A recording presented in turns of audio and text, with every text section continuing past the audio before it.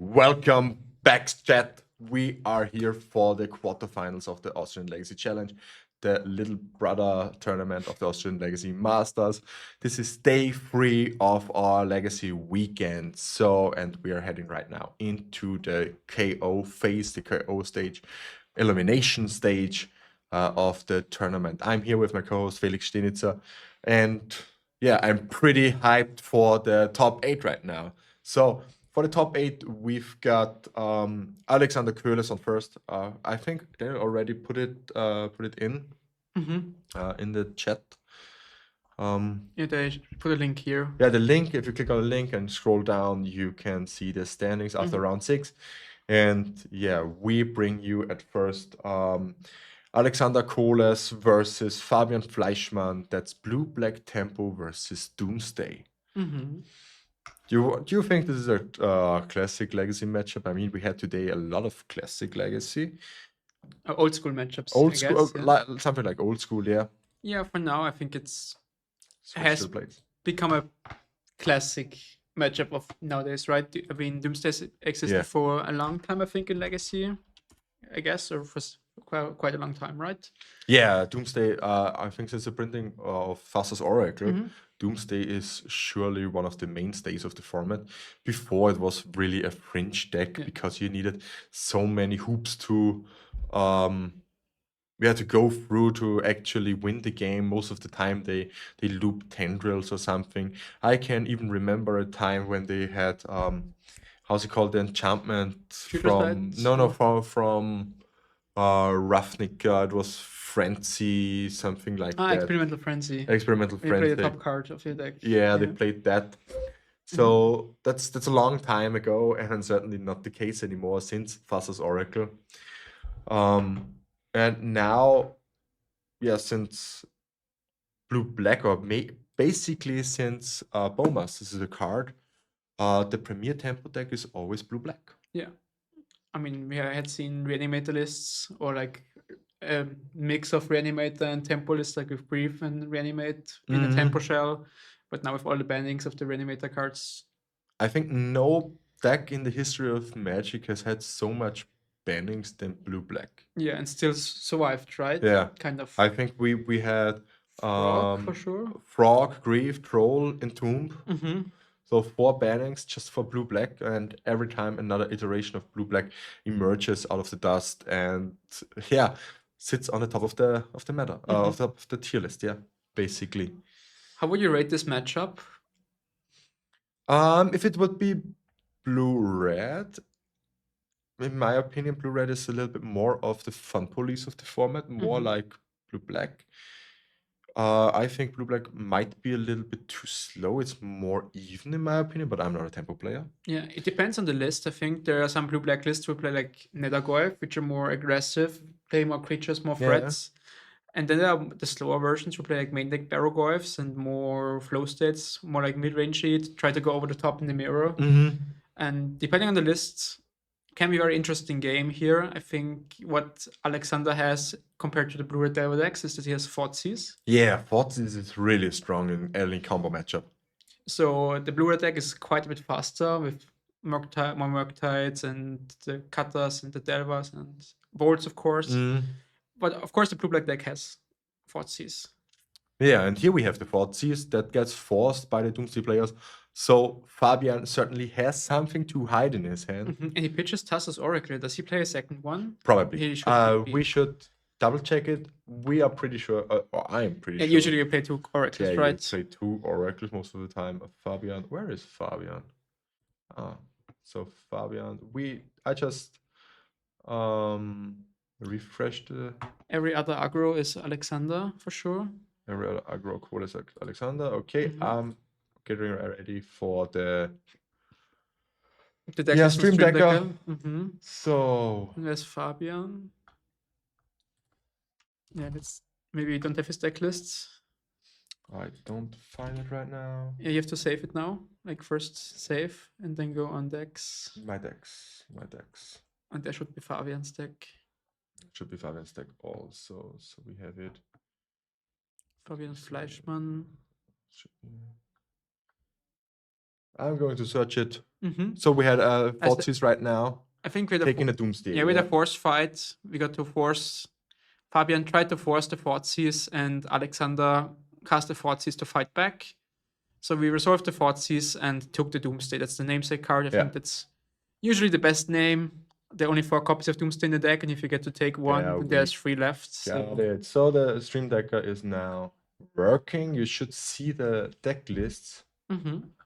And also... No, this doesn't work. Okay, this doesn't work. Yeah. You have to leave it like this and then go back to the other mode, and... That's fine, I guess. Yeah, it's a little bit complicated. Yeah, it just doesn't work. I mean, Stream Decker really is something today because it doesn't recognizes cards like Brainstorm and Swords to Plowshares and Lightning Bolt, so there's that. I think now you have to set Alexander's deck again. Yeah, I'm for every other looking for it. Yeah, save perfect. That. Okay, now Stream Decker should work, and we see a Forces of Fabian being surveilled in the end step, and now a Memphis Ponder. So let's have a look at the Doomsday deck list. 2 Thassa's Oracle. 2 Thassa's Oracle, so one is pretty safe to pitch here.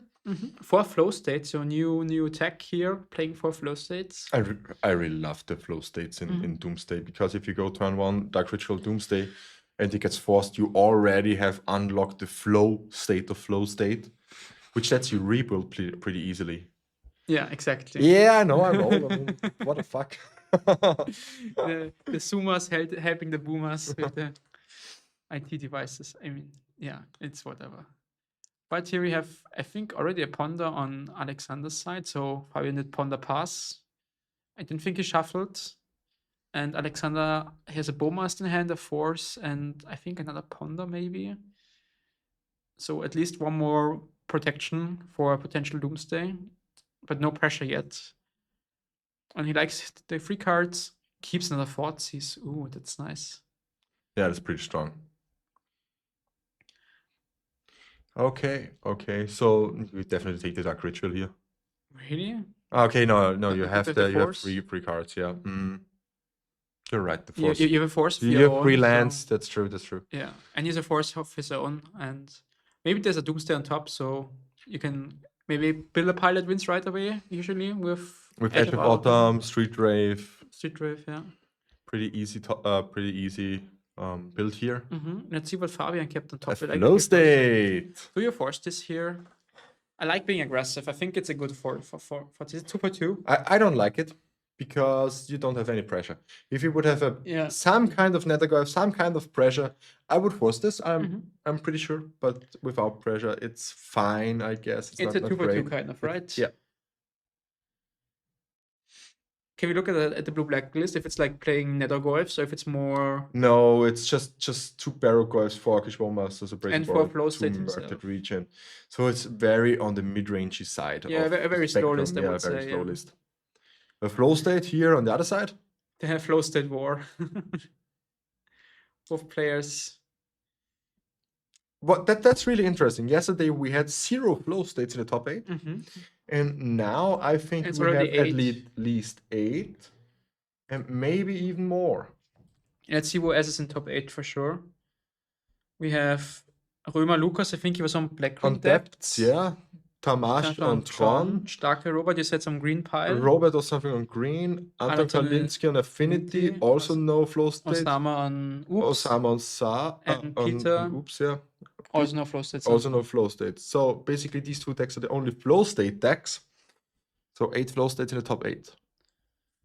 8 flow states in the top 8, yeah. 2 decks playing flow states. Not that much. 2 top 8s and only 8 flow states. That's actually pretty fine. People are totally overreacting. Yeah, I think it's fine. Me too. Yeah, what I've learned from the weekend is that right now in Legacy, I think the blue decks are quite weak, like the blue mid-range decks or tempo decks. Yeah. Because the unfair decks do so much unfair broken stuff that, especially as the blue-black deck, you don't, as I said, you don't have enough pressure. Of course, you have the Forties, but even with the Nethergoyfs, you don't have enough pressure to win against Tron or lands or sometimes even Storm, and so I really like playing these unfair non-blue strategies at the moment in Legacy. Yeah, that's true. That's a good place to be right now. Here you see a Murktide. So we've got Tempo Doomsday. It's 4 Tamio, 4 Tamio and 2 Murktides, yeah. For Tamio to Murktide, yeah. for the main deck at least. Really, really nice. I like Tempo Doomsday more. No, not more, but I like the idea behind it. Yeah. To my actually, I like Turbo Doomsday more. So You like to Doomsday more. Yeah.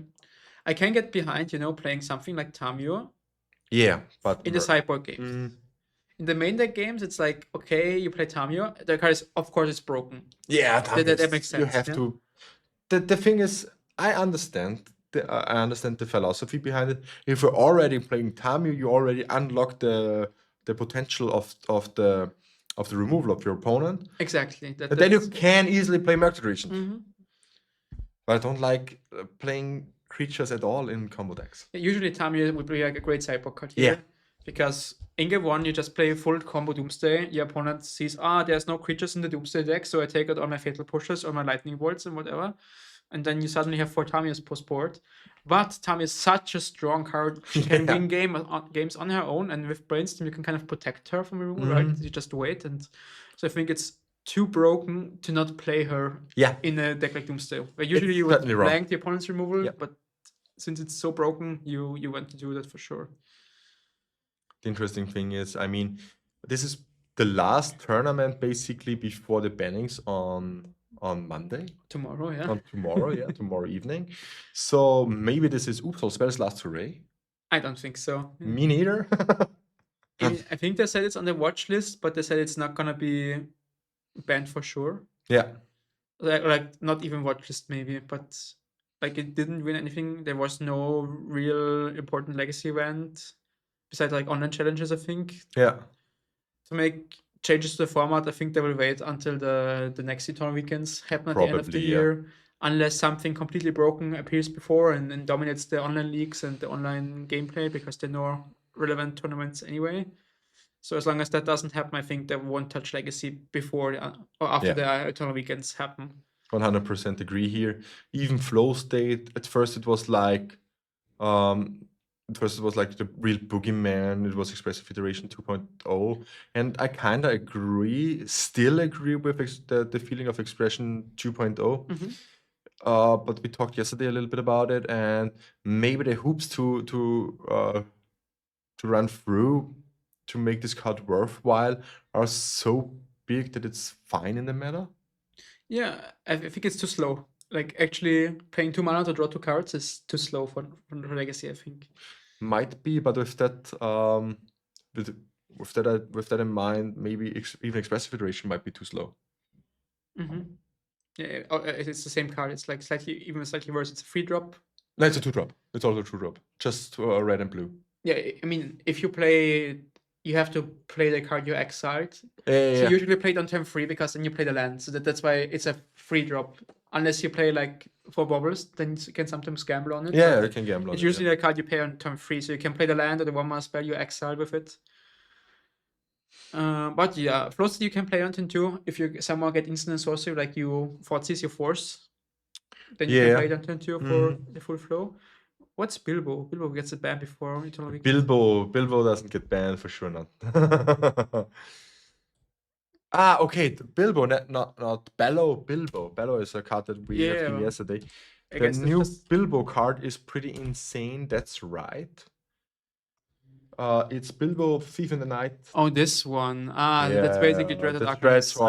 That's why the chat said Dreaded incoming. Yeah, this one will get interesting. Interesting for sure. In the end, I think it's... Oh, hi. Hello, Wiki. I think it's maybe overhyped. Let's see, but I could see this being just, this is going to be so broken like Flow State before getting all the hype, and then when people actually start to play it... It dies to removal. Yeah. But let's see. Maybe I'm wrong, So on Alexander's side, we have a huge Murktide Regent here. And there's Bowmaster buffing Bowmasters. Ooh, really strong play here. Combat trick, killing the Tamio. And I think that's complete shields down for Alex, of course, presenting exactly lethal, I think. 8-3, 8 plus 3 is 11, and 2 Bowmasters, that's exactly 13. So let's see what Fabian can do here. If Fabian now tries to go off with Doomsday, he goes to 6 life. And that's enough to win with Street Wraith. But we don't have anything. Okay. Pack the things up, and it's likely 1-0 for Alexander. 1-0 for Alexander for Blue-Black Tempo. This was quite a long game when nothing happened. Both players spinning their wheels, drawing cards, playing flow states, ponders, brainstorm, and then one Murktide and swing for lethal. Swing for lethal. Sometimes Murktide does this. Yeah. Do you think with flow state we are now entering an blue arms race kinda, where blue decks are just trying to trump each other with flow states? I think that's what's happening this weekend here, that the blue decks are going bigger and bigger and bigger. And all the combo decks like Lance, Tron, to say, oh, thank you for going slower and more grindy, and here I come and beat you. Yeah, that's true. Also oops and stuff. That's why I don't think blue-black was a good choice this weekend. Nah, definitely not. I think everybody was gunning for blue-black. Yeah, exactly. Even Moritz played my brew of Naya Cats yesterday in the first round, where I especially gunned for blue-black. Yeah. Yeah, I told all my friends to not play blue-black, and some of them only had blue-black with them, so they were forced to play it. And then we tried the best to build like more aggressive lists, like Carlos example, we have seen it on stream twice, yesterday and today. And he was playing yesterday a very beefy list with, I think, 3 or 4 flow states, 3 Barrowgolf's main deck, so very slow, very top-end heavy lists. And that obviously didn't work out. I think he did like 3-3 yesterday or 4, or 4. I think it was 4-2, but not sure. And then today I told him, yeah, you have to play more aggressive, or actually you should play a different deck, but of course you should play a more aggressive build of the blue-black deck with Nethergolfs, which is a shit card. Like, yeah, Nethergolf isn't great. We playtested yesterday night some matchups, and the deck was still too slow. So yeah, even though we did some testing on the deck, we still weren't happy with it. And do you think now it's time for a comeback of Delva in an aggressive blue-black deck? Maybe blue-black Delva, that could be interesting. Yeah. So maybe Delva is the key here to go fast and have the Thoughtseize and have the flow states. But the question is like Nethergolf a better Delva? Likely yes. Do you play both maybe? Like in blue you have Darcy and Delva and sometimes Tamiyo. So maybe you should play like 4 Tamiyo, 4 Delva, 4 Nethergolfs, and then like 4 Bowmasters and 2 or 3 Murktides, and that's like all the creatures you play game 1. And then you play like the cantrips, the Thoughtseize, the pushes. So maybe that could be interesting. That could be interesting. Something to explore, but you need to be more aggressive, I think, with these blue-black decks right now. Yeah, you have to go a little bit under it, because every non-blue deck right now is just happy to face any kind of tempos. Even blue-red tempo doesn't really look scary. Yeah, like being attacked for a 3/2 for 1 mana is like, okay, I've got 7 turns to deal with this, and I don't need 7 turns to deal with this, and I just win instead. Like, that's true.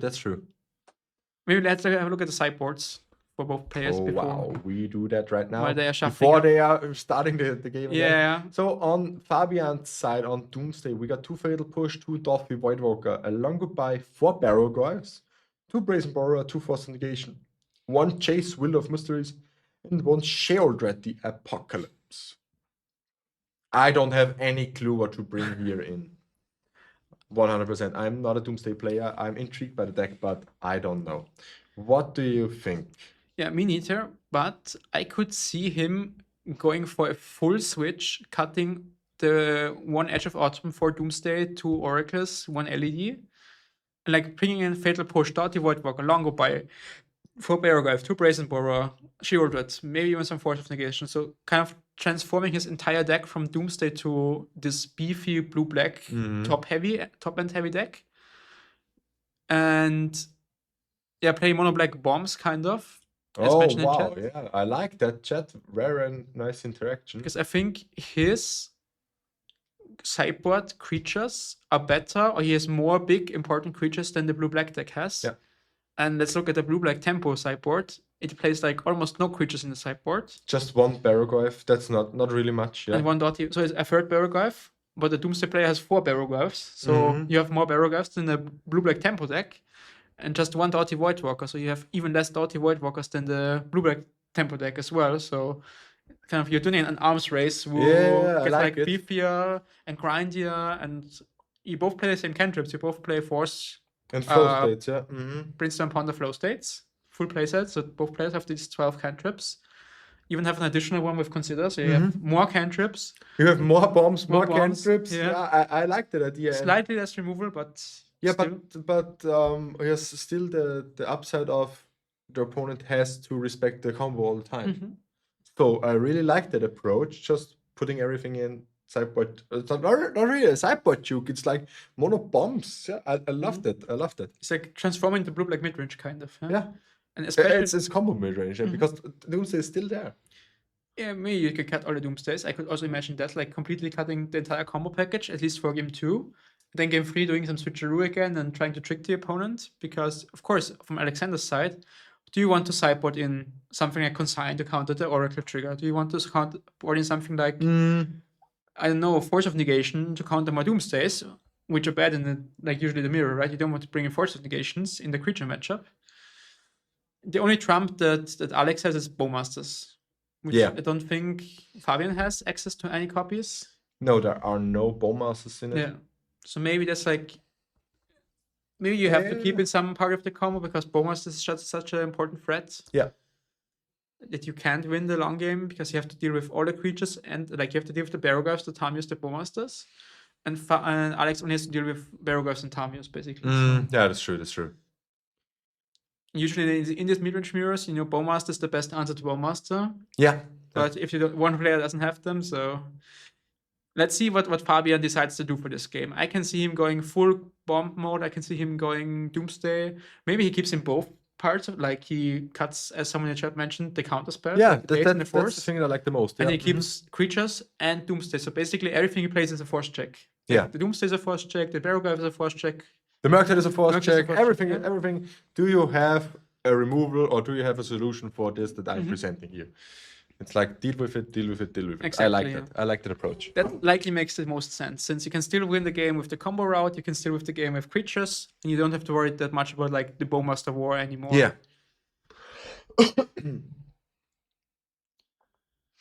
No, so Very interesting. So surveilling and keeping on top that's was the fetch land.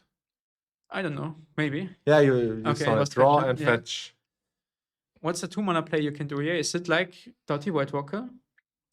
Is it really that good? I'm not sure, but it's like, why would you fetch main phase? I mean, Why would you what fetch other 2 main drops do you have here? phase? It's just Flow state? without flow, maybe. Yeah, it's not great, but And it's Doughty White Walker or flow state. We will see. Or it's just a 1-mana spell? No, it's a Doughty White Walker. Okay, yeah.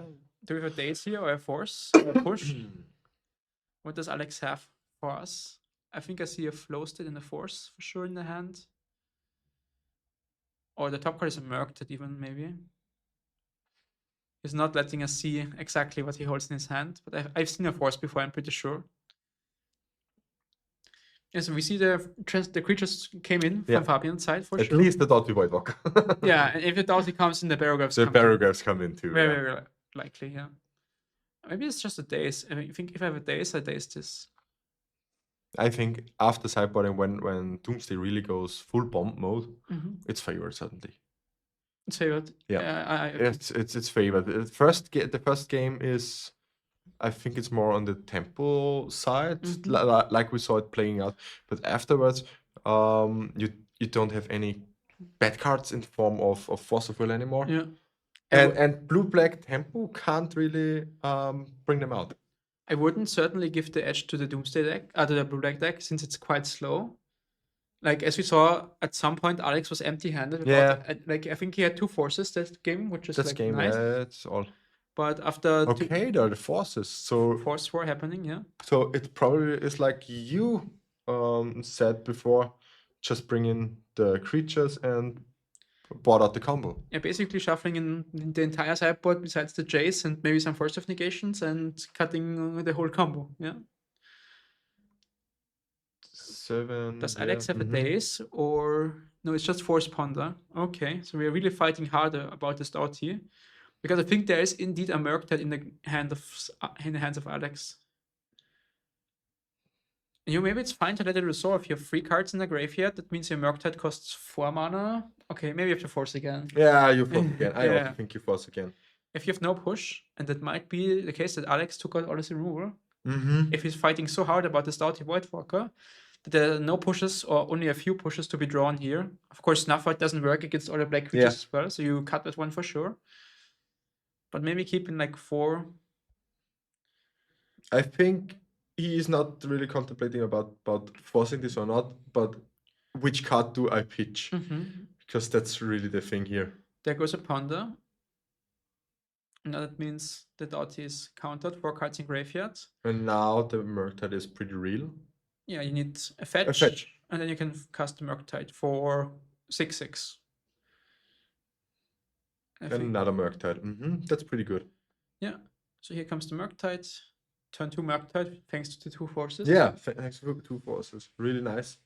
Do we have any answers here from Fabian's side? No, it's 2 Brazen Borers. 2 Brazen Borer, yeah. Long Goodbye doesn't kill it, it's only CMC 3 or less. Yeah, okay.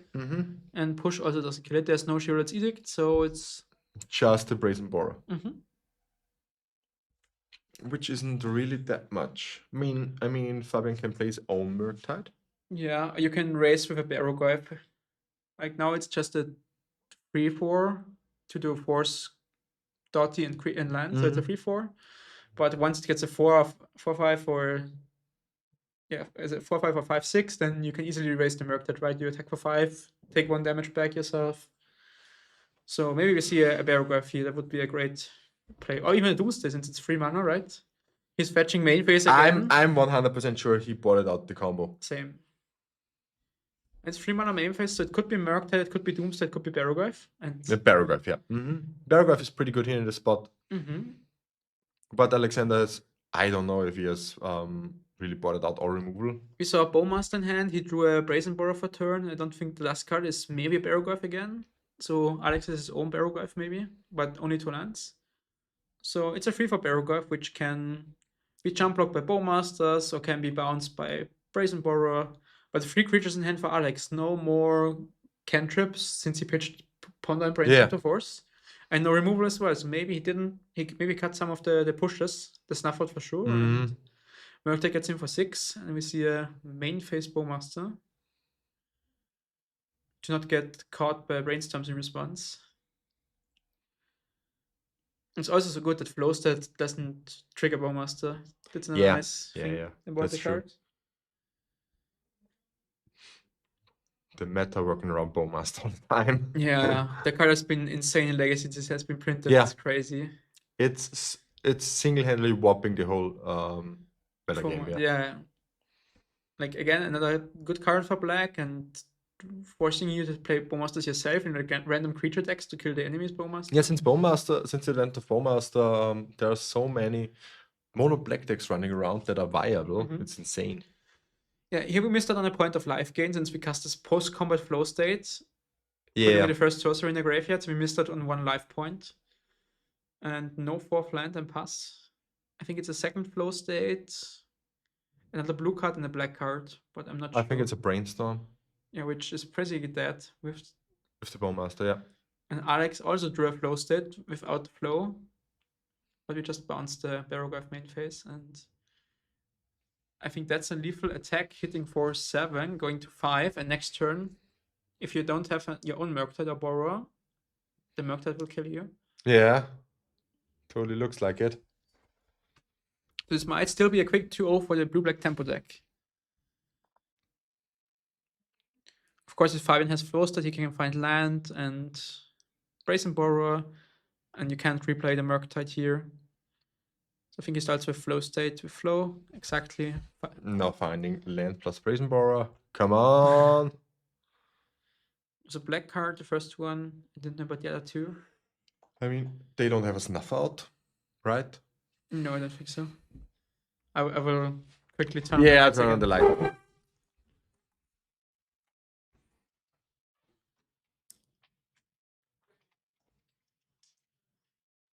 Flow state with flow. Yeah, that's flow state with flow.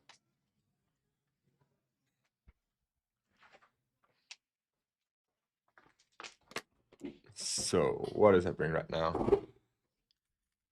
And this could be a quick top 8 match if there is nothing in Fabian's hand and he's a little bit shaking. It doesn't look like there is anything. What's that? Cavern of Souls. Ah, it's a Cavern of Souls. Okay, okay. Maybe you name like Lurgoth now? Maybe he names Rogue? Yeah, but it doesn't work on the adventure side though. 2 mana and it's a Murktide. Oh, okay. So he named like, is it Dragon? Yeah, Dragon, he named Dragon. Dragon. But is the Murktide bigger than the opponent's Murktide? That's the question. We have one force, we have one flow state, we have a second flow state, so they're both 6 Yeah, 6. both 6/6. I like that. I like that a lot. So we're trading off Murktides here if nothing happens. Let's see on Alex's side. He draws a Tamio. Tamio and the flow state in hand. And what's the Barrowglyph. last card of Barrowglyph? Okay, still no land drop here. Do you trade Murktides here, or do you just wait until you find another Murktide to grow your own Murktide? Yeah, I would also just flow state or maybe play Tamio. I mean, Tamio can. If you don't attack, then Tamio can't attack either. Yeah, that's true. Also being mana efficient, maybe you find a brainstorm here. Oh, finds the one of Snuff out still in the deck. Woo! I mean, it kills Tamio's and Murktides. Wow. One of Snuff out to save the day for Alex. Insane. That took me by surprise. Yeah. Really extreme. So that was a crazy top deck. I didn't expect it to be in the deck anymore post boards. Yeah, I also thought, okay, now we trade Murktide. What's happening right now? Maybe then dropping a Tamio, playing a land, dropping a Tamio, trading Murktides, trading resources all the time. It's like, and then suddenly, bam, Snuff out. The game is over. It's like, yeah, I couldn't even blink. It was just over. You The came game up was to top and you put it on the table, cast it, and you know what this reminds me of? The old I think it was Pro Tour Grand Prix or something like that. The first Ravnica, City of Guilds, where the opponent just blindly flipped the top deck, and it was a Chara in burnt spell, and the whole room freaked out. It was just insane. I love that. Yeah. So we are trying to get you a backup match. Yeah, the matchup was Blue-Black Doomsday against Blue-Black Tempo. And I think, like, if you don't find the Snuff out here with two Barrowglyphs in hand of the Doomsday player, you just go Barrowglyph and Barrowglyph, and the Murktides trade off, and then you likely win the game or snowball the game from the Doomsday side. So, yeah, lucky Murktide Snuff out top deck from the Blue-Black player, who is now in top 4, first player in the top 4. We're getting a backup match of Lucas against Peter. Yeah. Against Peter Cismadia. Yeah, it was Lucas Römer. Second place, Lucas Römer against Peter Cismadia, yesterday's winner. So it's, I think... I really find Peter's, and where is Lucas's list? Peter's playing Red Prison today, isn't it? Yeah. Mono red. Römer Lucas. Can you find it? Lucas with C? No. Stream Decker is really... Maybe just Lucas? It's just anything right now. No. Okay, you have to go on decks and my decks again. Yeah, unfortunately. So just go back here. Yeah, on the top on my decks. Okay, save. Yeah, you have to go back since it's not my cards, my decks. Okay, well. You can press like Control F. Yeah, that works. It looks like we don't have a deck list for Lucas. No, unfortunate. It's black-green depth. So we have Lucas Link on the left side.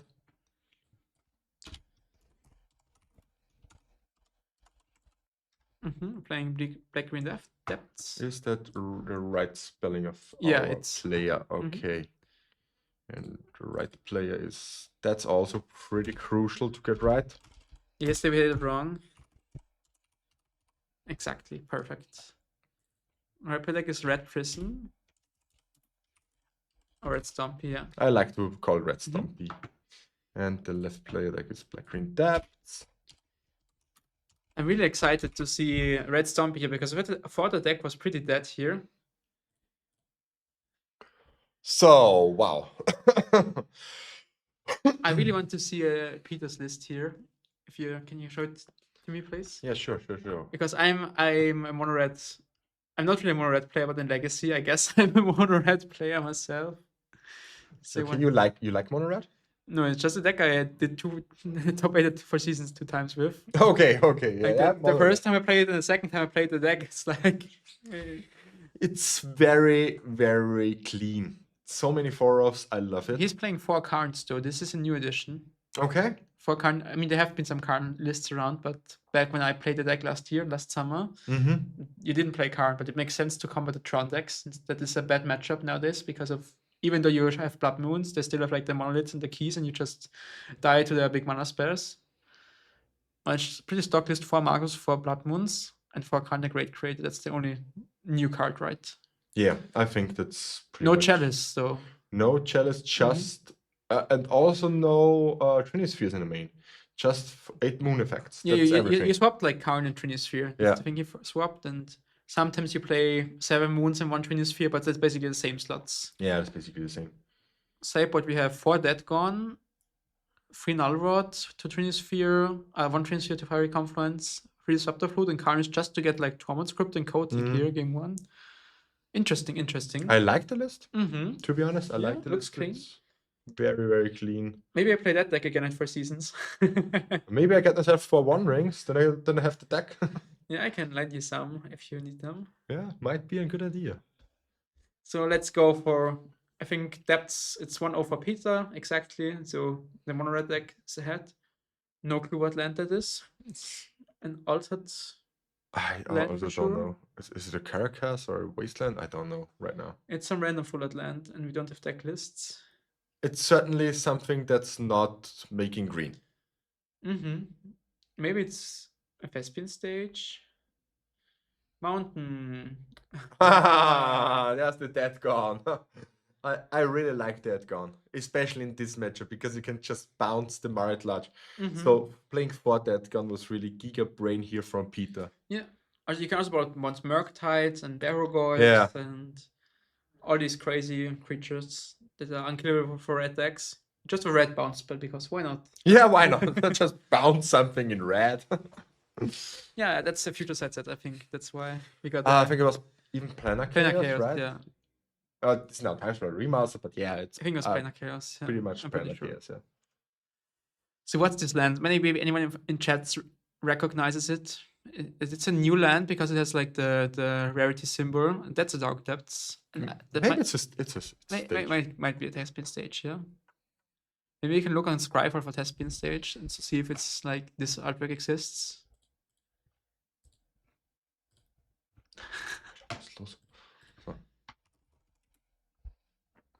Thespian stage. Could be a Real Doctor Old Who Prince. artwork, right?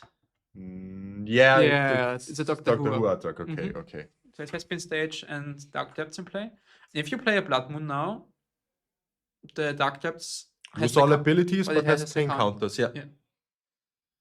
So I think you have to play the Blood Moon here. Do you have a Seaman Spirit Guide in hand for Peter? I hope so, or a land. Here's a Chromox, another one. Yeah, but Probably, or no lands.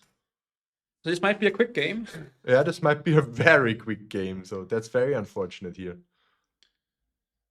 The Blood Moon, 2 Blood Moons in hand and no Mana Source here. So I guess he kept the hand in the draw with Chromox and Mountain and the Dead Gone for the Marit Large.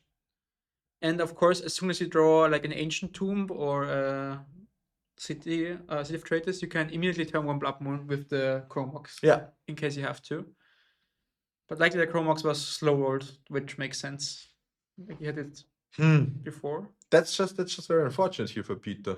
I mean, as long as Lucas has no land, it's totally fine. I don't think Black Green Depth has no way to make additional mana here. Yeah, let's see what happens. There's something for 2 mana, maybe a Rumble. Or Flute on Blood Moon.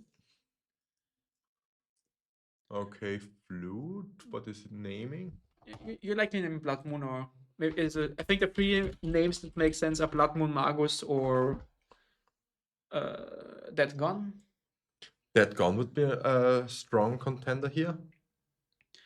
You can take the 50-50 guess on Blood Moon or Magus of the Moon. If you have another land, another mana source. Khan the Great Creator? Yeah, so the Chromox doesn't die. That makes sense because he doesn't have another He land. doesn't have another land. Okay. Wow. And now Peter drew a mountain for turn. And now we got the Blood Moon, Mm-hmm. which is insanely strong here for Peter. Completely shutting off the depths game plan. And there's a beautiful the Blood button. Moon. It's from the dark, right? Yeah, the dark. So maybe the last cards are Force and of Vigor and the green card. That would be great here, killing Blood Moon and the Chromax. But it's not the case. So Lucas, again, with 2 mountains and a Mox Diamond in play. And still, I'm like, naming Karn here just has... Okay, you can't play Karn. But even if Karn resolves, my Chromax doesn't tap for mana, so... Yeah, Tromox doesn't tap for mana anymore. But I think... You go for a One Ring probably next. As Peter, yeah. If I draw a land, I play One Ring. Otherwise, I think I play the Bombardiers. I don't want to play the second Blood Moon because... Yeah, because of Force of Vigor. Of course, then you have to Boseiju, so maybe you play it still. Let's see what happens here. This could be a Rumble or Boseiju. Another Flute, maybe. It's a crop rotation. Oh, so we are floating a red mana, then crop rotating the Dark Depths. Now we are back. And we are back. Sorry. We commentated all the time again. Yeah, for the what, right? The VOD still works, but... We will put everything onto YouTube. We just saw a crop rotation in the Dark Depths, finding a new Dark Depths, I guess, without... Oh, Basic Forest. Basic Forest. Needing the green sources here. I mean, you have the Mox Diamond in play, so you have the 1 green source. Let's see what he wants to play with the second green source. Maybe he wants to hardcast. Oh, it is the Dark Depths in hand. Yeah, okay, then it has no counters. That's fine, but still he has to blow up the blood. Yeah, but now you can Boseiju maybe in the end step. I mean, that play makes sense because you want to play the Dark Depths from your hand. So you use the crop rotation to get the basic forest. Now you can draw Force of Vigor and hardcast it immediately. You can draw Boseijus because you can crop rotation for Boseiju anyway. There are no bounce lands in play. Yeah, I like the play here from Peter. Yeah. With the second Blood Moon. I mean, you're still soft to Force of Vigor, but at least Boseiju doesn't do anything anymore. And as soon as he gets the Magus down as well, then it's completely locked up because now Lucas has, in theory, 1 turn to draw Force of Vigor. This is an Grist. Grist the Hunger Tide. What does Grist say? Do you know that from the top of your head? Yeah, it's +1 Yumila card. You really know it. Yeah. And you make an insect, and if it's a Yumila insect card, you repeat this ability. And then for -2, you can sacrifice a creature and destroy a creature or planeswalker. And the ultimate, you lose life, or each opponent loses life equal to the number of creature cards in your graveyard. Okay, but it does nothing against Artifacts. Blood Moon. Or Blood Moons, no. Okay, that's fine. So. You just make 1/1s every turn, and then at some point you drain them for like 6 or 7 damage, or 10, depending on the deck, right? With Dredge, you had more creatures in the graveyard, as an example. Or with Cradle Control, you have more creatures in the graveyard. But with this deck, you likely, you have Reclaimer and Safekeepers. You have 2 creatures right now. And we see a Flute immediately naming the Grists. So all Lucas got was a 1/1 for 3 mana, essentially. Over these 2 days, we've seen so many Flutes being played. Yeah. Flute is certainly one of the top hate cards out of the board for this Legacy meta. Yeah, it's a very strong card. You can play it in every deck since there's almost no downside. Yeah, we figured that out. Thanks for telling us. Thanks, Manuel. Yeah, we just got told it names Grist, but that was pretty obvious. But yeah, so Flute is immediately slamming the 4th land for 1 ring. And the 1 ring, yeah, now we have protection. It's fine now. Now the red deck really pulls ahead because you can draw, you're not under any pressure, you are still on 19 life. You can for sure draw 1, 2, and 3 cards before you play a second one. Yeah. And this is also 6 additional damage with the Bombardiers. Yeah, that's the thing I wanted to say right now, because you draw now 1, next turn you draw 2, then you draw 3, and then you just fling it in the face of your opponent. And there is a Karn the Great Creator being picked up. That's not a Flute on, I guess, the 1 ring, which could have been played in response, but... 1 ring, yeah. Interesting. Maybe it was a top deck and we're in the main phase already. I'm not sure if it was like end step or main phase. Yeah. Yeah, But yeah, ordering. this disruptor flute is. It looked like it was the main phase. Okay, so he drew it for He turn drew it, yeah, likely. for turn, yeah. It was just played too fast. So it was in response to ring. It was a response to ring activation. Okay, that was the Maybe he like missed or miscommunication. Who knows? yeah. But overall, flute. The thing why flute is such a good card because Pith Needle has existed for years, right? Yeah. Pith Needle is the same as flute, but actually it is not. That because you need to know, or you need to guess what your opponent is and doing. the important part about flute is that you have to pay 3 more mana for the spell. Yeah, that's true. So it's like a counter spell and then Pith Needle kind of counter spell on the same card, right? You just play it against Force, and the Force suddenly costs 3 mana, and if you play flute turn 1 and turn 2 you play a 1-ring in like a Stompy deck, then you can't Force of Will on turn 2. When I see so many flutes, I really get the urge to play blue-black oops again. Yeah. It's a strong card. I really like this one. It also rewards you about knowing about the format. What can my opponent play? What does my opponent have in the deck? What are the important cards to name? Or do I name something like Force of Will? Or do I name something like Blood Moon just so he can't play it? That's why he waited on the activation so Peter gets damage from the. I mean, I'm just thinking why. Maybe. Good guess, yeah. But 1 a turn.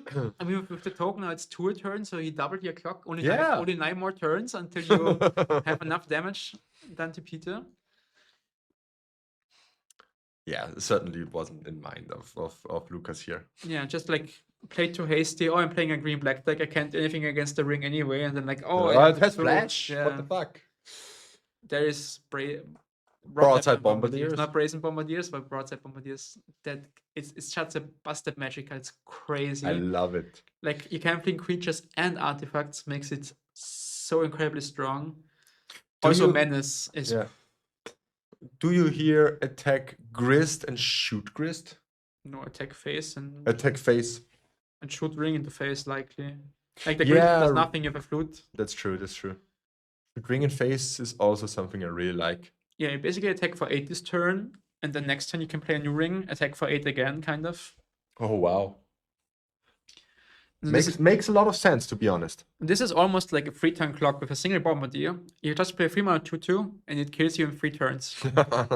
Broadside Bombardiers are insane. Yeah, fling ring, and then fling flute. I think that's exactly 20 damage. Should be, yeah. 6, 12, 14. Yeah, it's exactly 20. Or even 22, maybe.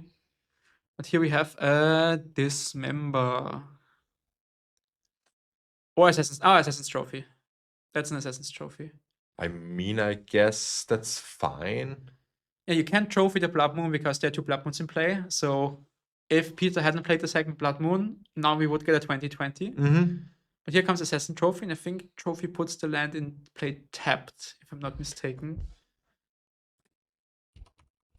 Been quite some time since I've seen this card being played in other formats. Oh no, it's not tapped. Okay, so you can play another 3-drop. I guess it's beginning of combat now. So you're at the main phase, you have to wait until the second main phase. And you can play a second Bombardier. Exactly. And a second Bombardier, yeah. Still 3-turn clock is on. So this would have been a 2-turn clock. You like you fling ring now, and next time you attack again, fling ring and Bombardiers, and whew. Wow. Thank God Lucas had that Assassin's Trophy, so he gets to play at least 1 more turn of Magic after this one. Maybe now the Figure happens. We take 1 from the ring, and Peter just drew a Fury, and that's such a nice interaction. You can evoke Fury and then fling with the Bowmaster for 7 damage. For 7 damage. Oh 0 mana. 7 damage in your face. Damage in your face, yeah. The best burn stat ever printed, right? Yeah, Fury. And even 4 damage on the opponent's creatures. So you discard 2 cards to deal 4 to the creatures and 7 to face. To be honest, I really love that Fury has, although the reprint looks a little bit shitty, but the new Fury, where is it? It's there. This one looks a little bit shitty. 2 chickens, yeah. Yeah, it's 2 chickens, something like that from the commander set. From the commander set, but it's just only about €2. So it's so insanely cheap. It got so cheap. That's crazy. I love it. I mean, I think there's like an old border version. Yeah, I think that's the or full art. Full art is. It's Modern Horizons 2 time shifts, right? I think. Yeah, something Go- like Yeah, that's the best one that's to me. the old border version is the best one. Yeah. So what happened here? It was a fatal push. Fatal push. Yeah. So we killed Grist with the Fury ATB, and then you got a fatal push. Oh wow, the Mm-hmm. Bombardier. So maybe you don't do any damage with the Fury, but at least killing the insect is something that Yeah, you makes sense to should me. have killed the insect. Interesting. So yeah, Peter getting slightly punished for dealing damage to the Grists, but that's okay. And now he drew a Sundering Eruption, and you can go after the Dark Depths now and kill it. Can you kill it? Yes, you can kill any land. Oh yeah, and then it doesn't trigger, right? Yeah, the opponent searches a basic land. Of course, he gets a basic swamp likely. But that's fine. Yeah, because the Dark Depths is gone, And then he's totally safe. even if he starts casting spells like Wrist or Push again, it doesn't matter because how does he win the game besides Dark Depths? He doesn't. Yeah. Really like that. So I think Sundering Eruption also lets you don't block or something like that. Creatures without flying yeah. can't block this turn. So probably he's Waiting one more turn. waiting one more turn just to activate this hidden mode of the land. Yeah, to get in more damage with the Fury. And I think playing out Karn here might be something you want to do for 7 mana, or you only have 6, right? Yeah. Okay, so you can play Karn, that's okay. You can play a new ring, but you don't have to yet. But you can get a liquid metal coating and start blowing up the land. There's a flute on Karn, so it costs 7 mana. Okay. And you can't activate it, so yeah. And you can't even play it since it's 7 mana, you have 6 lands, or 5 lands in the Chrome box. It's not enough, yeah. So we can play a 1 ring, but I don't think that's a correct thing to do. You could play the Sundering Eruption to land and then play the Karn. But then, you keep the Sundering Eruption. Yeah, you could play this land and then play the Karn, and then you take away the Mox Opal, so your opponent only has green mana, no black mana left. But this could also, so that's why Peter's thinking about if he wants to kill shut the off Dark Depths or to shut off Chrome Mox, which is, I think, a tricky decision here. I can see both, but he in the end decides to go for the safe, I would say safe play in killing of the Dark Depths. I also like that play more than Karn. It's if you play Karn, you're banking on Lucas, on that fact that Lucas doesn't draw any green sources again. Yeah, or black sources. Or black sources, yeah. As soon as you draw another land, which at some point you will do, you will find you can play the Karn. So yeah. There's no second basic land in Lucas' deck because he decides to not get a basic land. Put it on battlefield tab. Yeah, he found. Okay. Oh, Peter's explaining that he can search for basic land. Okay. So actually, yeah. Okay, so a maze search. Oh, wow. Yeah, but you have to remind your opponent, hey, I destroyed your land. You can look for a land with this card. It's like with Field of Ruin or Path to Exile, If you're playing against a new player and you path the creature and they don't know how the card does, you can like angle shoot yourself by telling them. And at some point they fix this issue. So if you have something like this, you have to remind your opponent, hey, you can search for land, that if they don't do anything. Yeah, then it's on there. Yeah. Like Lucas didn't know he gets to search for land, so Peter said, oh, please read this card, you can get a land if you want to, and then said, oh, yeah, thanks, and Lucas got the basic swamp here.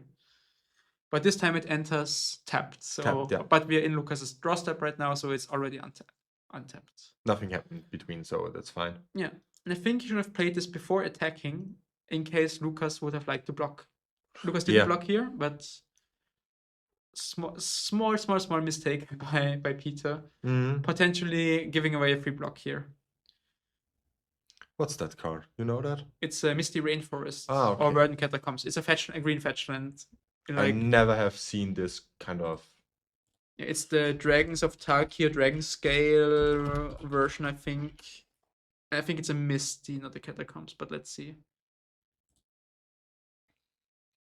Syndica. Okay. Yeah, it's like from this set, I think. And it's a Misty Rainforest, pretty sure. Oh, we got a Bombardier. Woo! Top deck Bombardier. Block. That's a lethal attack because that would be 6-8 damage and then 6 from the ring. So it's not just 2 damage down to 12. Now you're playing the ring, right? Now you finally get rid of your ring. 6 to face, down to 6. And unless. And now you simply drop ring. Or is the other flute is also a ring? Yeah. the fruit is on ring, so it costs 7, and now Lucas really needed that Force of Vigor here. But there's no Dark Lips even anymore, so yeah, that's it. That's game. That's game. 2 lands and a Red Chrome Mox in hand. Stompy advancing into the semifinals. Yeah, top 4. Awesome. So we have 2 of our Mm-hmm. semifinalists basically set up. Imagine Peter winning back-to-back Austrian Legacy tournaments. I mean, that can happen. Why not? Yeah. If he's a good player. And even with mono, like he brought 2 old decks what no one expected. Yesterday, Yeah. breakfast. Everyone thought like breakfast was dead with the NATO ban, and like why would you bring breakfast if you like no NATO? You have no plan B. You just have the one plan. If someone has interaction, you just lose. And suddenly, he wins the whole thing with Separate Breakfast. And yesterday, I talked with some guys here. They all said, yeah, mono red is dead because there are no good matchups for mono red. Like you lose to the blue black deck, you lose to the blue red deck, you lose to the Tron deck. Yeah. Even lands is like not great because they can kill your Blood Moon quite frequently. And now all of a sudden it's back in the top 4 again. I mean, maybe he's just lucky. I think he's a great player. But yeah, he's a great player. That's for sure. So we have another quarterfinals for you. I think that might be a top 4 match already. Is this a top 4 match already? That's the thing. Yep, because Tamash was playing against Osama. It's top 4. So it's top 4. Okay, so this is also ours. It's our semifinals. Yes, okay, it's for us. So I can tell you, Alexander on blue black tempo is in the top 4. Then Tamash Kukushka on colorless Tron. We have Peter, we just saw on mono red. Yeah. And one last pairing, which is either Affinity or Robert on some green deck, which I still don't know which one it is. So Peter is staying on the right staying side. on the right side. And we have, okay, I Yeah, have you copy paste pasted. I don't do this. Tamash's name, yeah. Copy paste. I think Tamash won last year's main event. I got second in the challenge, or vice versa, something like that. Something like that. I'm he had a unsure right now. pretty deep run last year for sure. And Tamash is On Tron as always, I guess, right? I'm also pretty sure he's on Tron, but I want to double check here. Where do we have Tamash's deck? Tamash's deck. I don't know what's happening with Stream Decker today. Stream Decker today, yeah. I can go on decks, my decks. Mm-hmm. Let's see if we find it now. If we have a deck list.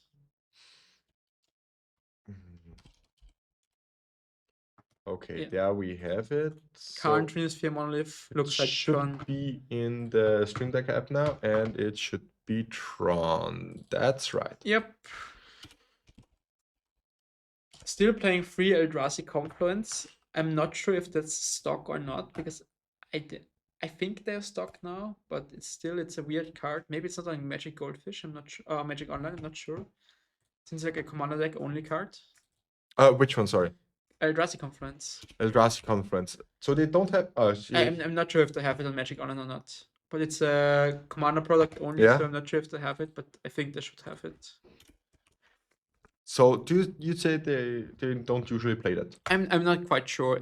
I don't see it in every list. He played it last year at the Austrian Legacy Masters when no one else was playing it in the Tron decks, so he was the only one playing it. And maybe now it's stuck, but I'm not sure if it is or not. I can't tell you.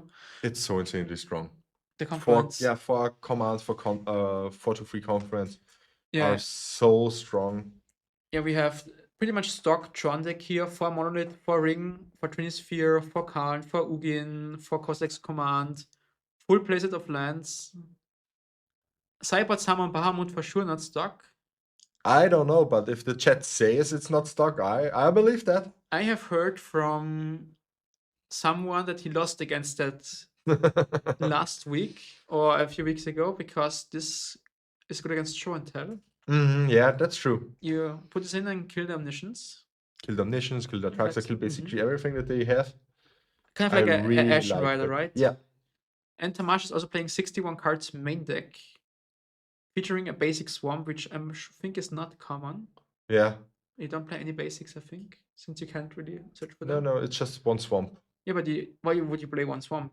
There's no reason for you to play it. I guess against like Death and Texas builds, but it's really a matchup you want the basic. I'm not I sure. don't know why there should be a single swamp and not a waste. Mm-hmm. Doesn't make any sense for me. He is playing surgical, but yeah, I guess against mono red, if you ever get like Sunring Eruption, you could get the basic waste. Yeah, that's true. That's true. Might be. I Freeze- really like the Bahamut. It's not an artifact, sadly, so you can't get it with Karn, but stream table is ready, and so are we. And then we Okay, say- I guess we're not ready. but I give them the go. So. Yeah.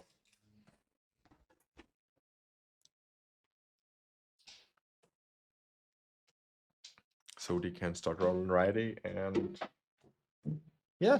And he also, Tamash also plays an Extinguisher Battleship. So maybe, I don't know. But that's a good card because you can get it with Karn and kill 4 damage to each creature. So you can, it's like a board wipe you can get with Karn. Oh, okay. It's kind of the only one or the best one. He plays no Ensnaring Bridge, which is interesting. Yeah, no Ensnaring Bridge. She just opts for the board wipes instead. Mm-hmm.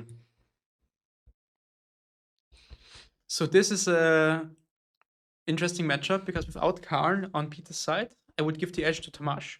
Yeah, 100% sure. Because Yeah. even though you play Blood Moons, then Tamash says, okay, I play my turn 2 Monolith, then I play my Manifold Key, and then I untap my Monolith, and then I cast my Karn or my Ugin or my One turn later, yeah. Codex Command, and then I still beat you because you're just playing random red creatures and, and I play good cards. and I have like good cards, yeah.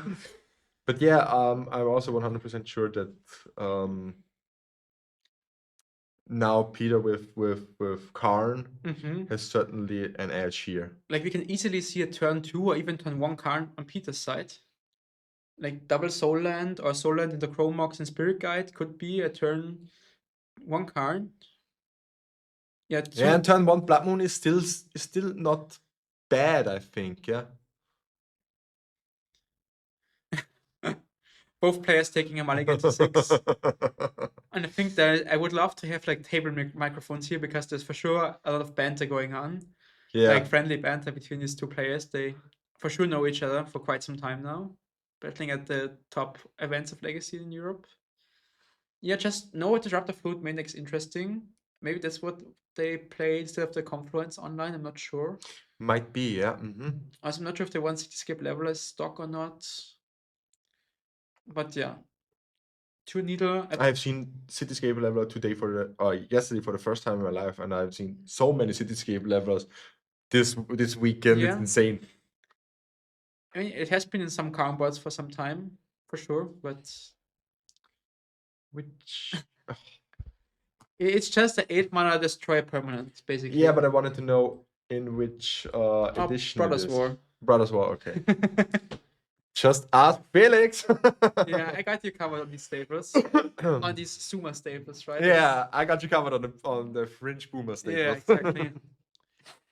So Tamash was 3rd seed and Peter was 7th seed, so Tamash is going to be on the play. And he beat Oops last round with the Tron deck, so unfortunately no more Oops for us today. Yeah, it's very interesting that he did Oops with no Little of the Voids in his 75. I mean, pretty surgicals, but as we learned, that's not the card that's not enough. The Needle is great against Oops, and that's about it. In the main deck, so the first game should be. I mean, Trinisphere is insane against Oops, of course. Trinisphere is great. That's true. Yeah, okay, Trinisphere is really like if you have turn 1 Trinisphere, again, if he wasn't a play against Osama, so maybe just game 1 he had like turn 1 Trinisphere, and then Osama was like, okay, I can beat that. I mean, you can beat it. It just takes some time, and hope the Tron like doesn't do anything else. Just seen Urza's power plant. And you know, since I'm thinking between Oops and Mono Red now, Oops and Tron now, since Tron beat Oops, I have to go for Tron now. Nah, you don't have. It's not. That's not the case. And if Mono Red beats Tron now, I have to play Mono Red. So this is like basically the thing is if you want to think or not. I mean, I don't mind not thinking. Then if you want a beer deck, then certainly, I won't call it out which deck to play. Oops, right? I mean, I'm not drinking right now anymore, so it's like I've been the sober easy since choice. September last year, so easy choice. Very Oops, nice, yeah. nice. The Congratulations. trim progress, it's alcohol is bad. Yeah, then it's insanely bad. I also should stop drinking beer, but it's just too tasty. Yeah, it's too tasty. I miss it so much. It's hard. It's hard. Yeah. Also, Aperol in Italy. Oh, Oh wow! Italian. Don't start with Italy then. Oh my god. Yeah, 4 weeks and we will be at Four Seasons. Yeah, 4 seasons. We will see each other. So if you're 4 seasons, come and say hi to me, Felix, Peter, and Daniel, because we four will be at 4 seasons Bologna. I'm going to play the team trials and I'm going to play the main event. And unfortunately, I'm not going to play the side event on Saturday because that's my birthday. And I will be at the sea swimming and drinking Aperol spritz. That's a perfect way to celebrate your birthday. That 100% agree here. But if you are at 4 seasons, come and say hi. I will be playing the Mola main event and the Legacy main event. So that's double main event weekend for me. No team trios. I have to work on Fridays, so that's unfortunate. It's okay. I don't fancy playing pre-modern or Legacy that much. I would love to play Vintage. It's like a very cool format and a rare occasion to play it, but yeah, Vintage is great. Vintage is great. Yeah. I've played at Eternal Weekend my first Vintage tournament ever, and I went 3-3 with Mono White Initiative, unpowered. And unpowered even, yeah. Yeah, it was insane. It was really great. I even went on the stream. We see turn 2 card? Turn 2 card? Turn 2 card? Turn 2 card, please. Yeah, turn 2 card. Woo! Now suddenly Peter is definitely back in the game. And that's I think the only way Peter can win this matchup. Like Blood Moon doesn't matter. We have the monolithic player ready. So even if you Blood Moon now, okay, he still has 5 mana. Like doesn't do anything at this point. Yeah, that's true. And now we immediately go and get liquid metal coating. Ooh, liquid metal coating is really strong. So next time we can start killing the Urza Saga. Yeah. Killing the Saga, killing the lands. And like, I think I see a Magus of the Moon, so you can just like, okay, I play my Magus and my liquid metal coating, kill your Saga, you make a 2/2 token, and the Magus blocks the token and can't stays alive, and yes. That's true. Second Saga coming down, and hello Chino, I hope you got home safe.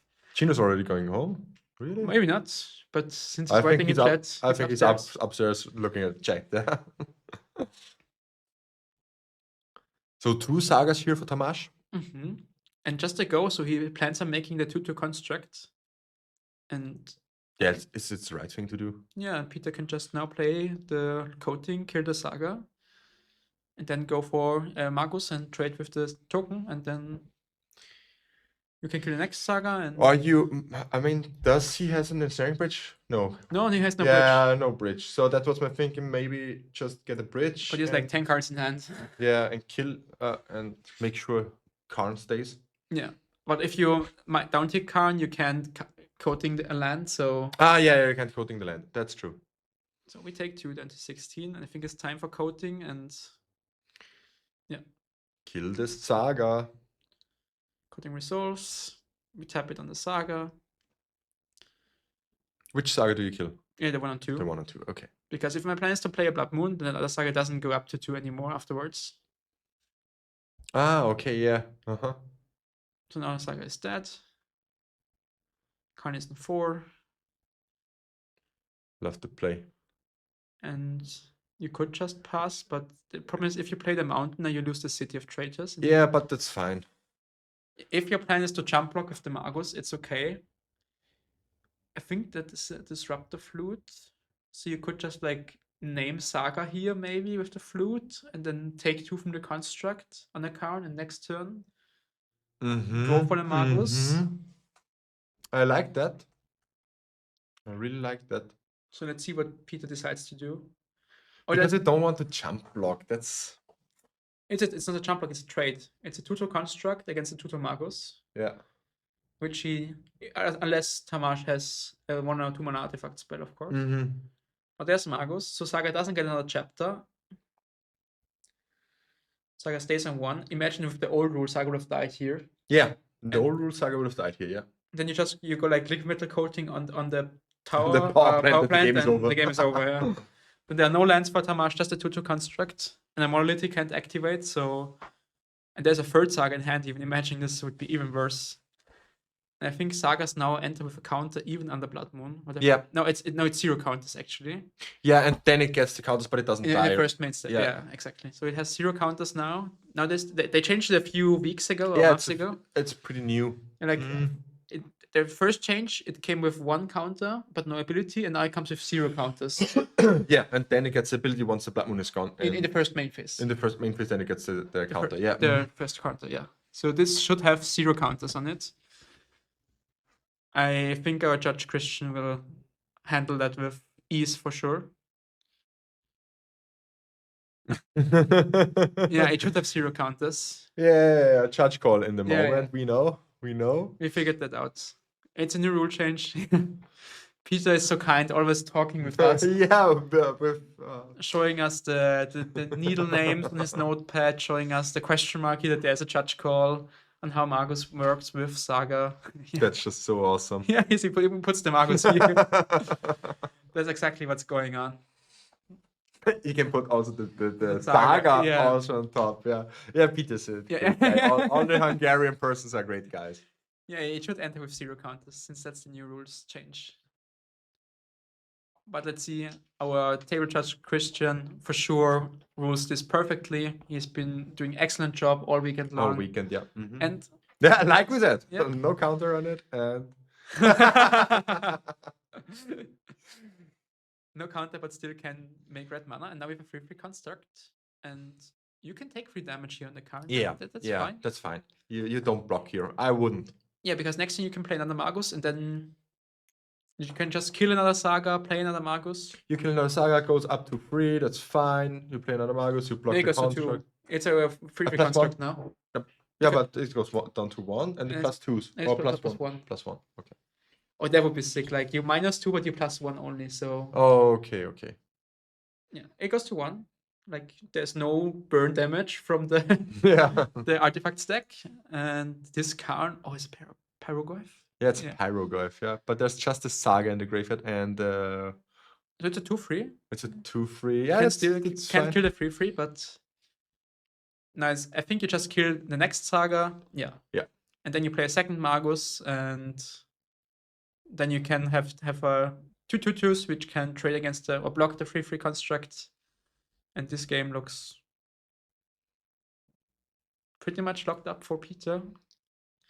That's the power of Karn. Like we had turn 2 Karn, as we mentioned before, double Soul Knight into turn 2 Karn. That's the way how you win this match. It's not with Blood Moon. It's not with Trinity or anything. It's with turn 2 Karn. Yeah. Also, Chalice use this card against this deck. Yeah. Like Karn makes so much sense in this build. And now With all the Tron running around. And now we see the power of Blood Moon, because Yeah. this enters now untapped as a mountain. You don't have to pay the free life, and he even turns the land around for us to See, awesome. And a second Magus. Yeah, now we just block the construct. It's a 3/3, and Go ahead. yeah, please go make your turn, my friends. What do we see here? And we're still so much mana away from anything relevant. Like a Trinisphere doesn't do anything here. Yeah. You're 1 mana away from the one, or even 2 mana. Even if you have land, it's just 1 mana away from wandering from your own Karn, and it's just nothing. No land from Tamash, and And now the next land will get blown up. and there's no Tron shenanigans, so you can't cheat on mana. There's a Karn that locks down your monolith, and you don't have any way to make 2 mana with a single land. And the Tron deck totally falls apart if you don't have lots and lots and lots of mana. That's the thing with Eldrazi, not Confluence. Kozilek's Command. Kozilek's Command. With Kozilek's Command, the card gets insane once you spend a lot of mana into it. And the third Magus. Yeah, at some point you can like attack to get a creature in the graveyard, and then you can kill the construct with the Pyroglyph. Yeah. Once you have the creature in the graveyard. But I guess you can also at some point just go for, once Tamash has 0 lands in play, you can go for Karn Mines and Tormod's Crypt, then exile your own graveyard, and then you have an artifact, and it's a 3/4 Pyroglyph. So Yeah. I think you should just swing with all Magus here.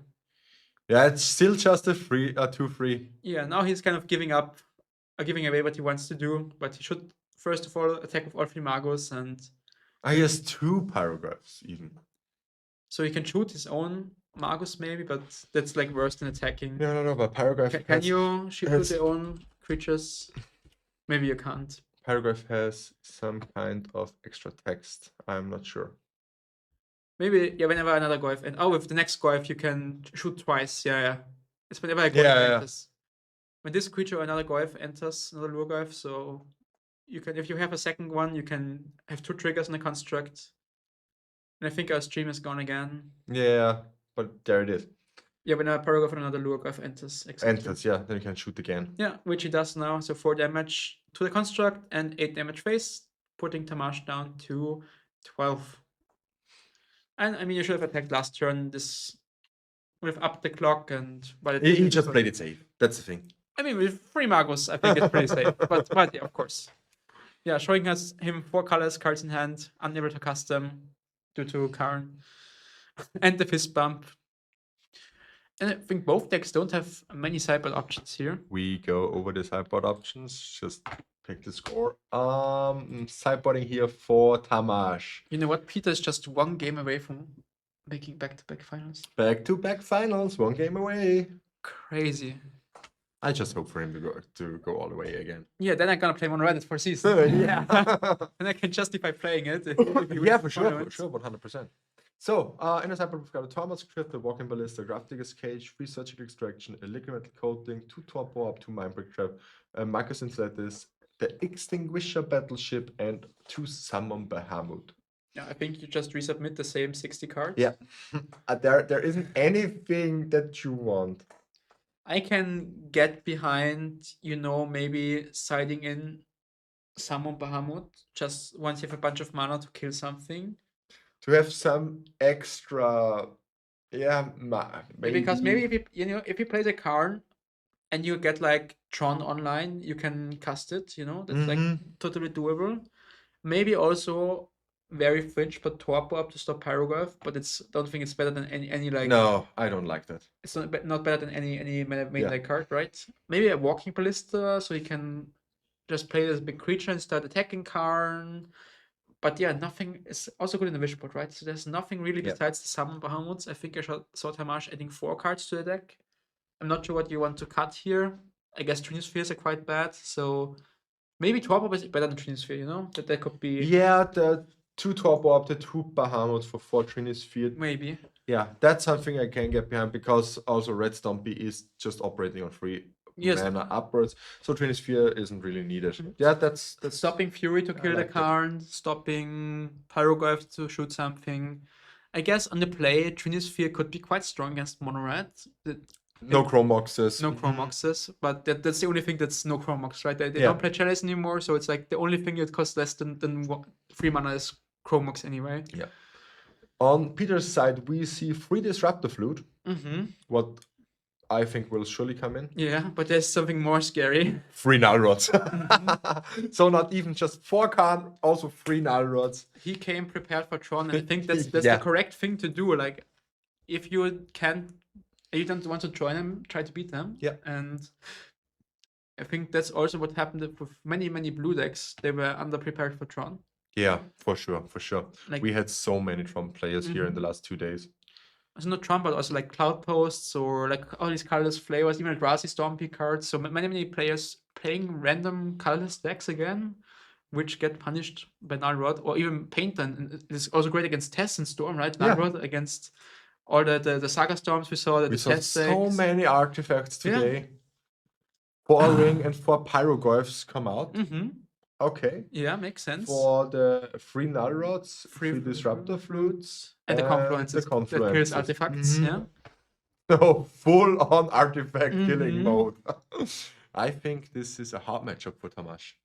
Yeah, with this build with this build, it's insanely hard. He came prepared for the matchup.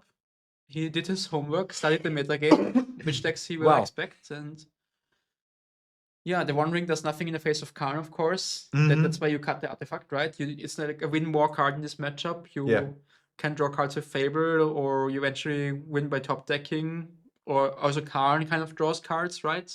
In a way, like with the Wishboard. And if you exile your own graveyard, Crypt gets exile as well. True. Thank you for pointing that out, chat. I think our stream chat is not working anymore properly. Or Yeah, I it's don't just a know. one message, I guess. Yeah. Probably. Yeah. Exactly. If you exile your own graveyard, the Crypt is gone too. That's correct. Yeah. That makes sense. I was like just fear crafting stuff. I gotta look it up. What's the one ring at the moment? How much is it? I think like 50, 55, around that. It's not too expensive anymore if you get like a regular version. Yeah, and Pyroglyph, of course, because there are no creatures to kill. There's no planeswalkers to kill. Like you can kill Khan, of course, but you can do it with all the other creatures, with Fury even. Maybe I would side of Fury instead of Pyroglyph even. Oh my god. Is it not 55? It's more like It's around 75. oof. Still so expensive. That's Oh crazy. wow. I hope for a reprint because we are getting a reprint now as a box topper. Maybe it yeah. will bring the price down a little bit. Oh, Dream hand here from Peter. Turn 1 Nullrod, turn 2 Karn, turn 3 Karn. I think the next thing I'm going to buy will be One Rings. Yeah. So you will also play the Mono Red deck at 4 seasons? I've saw a list I wanted to play because the list isn't good. Which But is it's a your in the list you saw. the list I saw, but I wanted to play in our FNM. It's a Norndawari Mono Red Stompy list Ooh. with confusion in the ranks. What does that card do? Confusion in the ranks, it basically says every time a creature comes into play, you exchange control of that creature and something of your opponent. But it's symmetrical. I see. And with Norin, every time someone attacks, it gets exiled and it comes back onto your side, and basically you get to steal your whole opponent's board. Yeah. Poor Tamashi only has planar nexus into manifold key, maybe setting up for a turn 2 monolith, but Peter on the other side has turn 1 Narwhal, and the key is entirely useless. And also a disruptor flute. Yeah, and a Karn. So like and the Karn. Do we see the Karn now? Do we have 4 mana turn 2 or just 3 mana? I think he has a city as well, or another second ancient tomb. But I like so many. I like all 3 flutes, right? And I like naming a flute on Saga. On Saga. Mm-hmm. So you can't make the token since Karn doesn't stop this. Karn can't get he can get the coating, but he can't activate the coating. That's a little bit slow right now. And you can't activate the coating because of the null rod. That's true. That's true. Mm-hmm. So you just get your you simply flute. Play your flute. Yeah. You play an ancient tomb, play your flute, and keep a flute open for anything your opponent will do. Yeah. Is there anything you want to flute? Maybe Coslex Command or Eldrazi Confluence. Eldrazi Confluence, does it exile non-land permanents? Like reset them? I think there's like a flicker mode on it, right? On Eldrazi Confluence. Eldrazi Confluence kills creatures. Exile target non-land permanent. It's a flicker mode, okay, it just flickers immediately. It's a blink. Yeah, it's a blink. It's not like Flicker Wisp, it's just immediately blink. Okay, so you can't like remove another rod for a turn with it. It's just goes back immediately. Okay. You can reset the disruptor flute. Yeah. And second ancient tomb. And for sure the flute will name Saga. Yeah. We could just get confirmation from our table spotter. It's named Saga. And there's a command for 0, just drawing a card. Simply cycling the Cossack's command, that's a sign of desperation. Yeah, that's true. Poor Tamash, the first time I think he's on feature this weekend. And he gets completely obliterated by that Stompy deck. By his friend Peter. I think they already played in the Swiss rounds against each other. Yeah. Mm-hmm. So he already knew about all the crazy cards from Peter. And that's the Torpo up. Now you just flash in the Disruptor Flute. For Candelabra. You have Nulrod. I have Nulrod. Oh my god. There's no need to do that. I'm such a bad player. No, don't worry. And now you can evoke Fury and the Fury stays. So again, maybe judge call question again here. Yeah, Fury just stays. It won't die. Yeah, if you evoke it. Are they asking a judge? No, not sure. And maybe it's time to play Karn and turn the flute into 2 creatures and start going ham. Yeah, that's true. Narod is also a 2/2 creature. And he's only 1 land away of getting the Microsynth Flat. Is a mountain in hand. And then he's 1 mana away of casting Lattice and locking this game up. But then he also locks up himself with the Null Rod, right? So you can't Lattice the opponent once there's an Null Rod. Yeah. Unless you have less cards in deck than him. But But you can 61. you can still attack. You can still attack with Karn. No. You can't activate Karn, it's an artifact. I can. Oh my god. Yeah. So you can't Lattice lock your opponent out if you have an Null Rod in play. Let's see what we're naming now on the second. Yeah, you have to do it differently. You can't let this lock here. You have to have at least one creature in play to do that. Yeah. So what is the second flute naming? Let's see if we can get some confirmation from our table spotter. Kozilek's Command. Yeah. Okay, that's a strong call here. Yeah, makes sense because that's like the only card that Tamash really can play here or draw here that's like impactful. Does Tamash have a how is it called? Lattice? Yeah.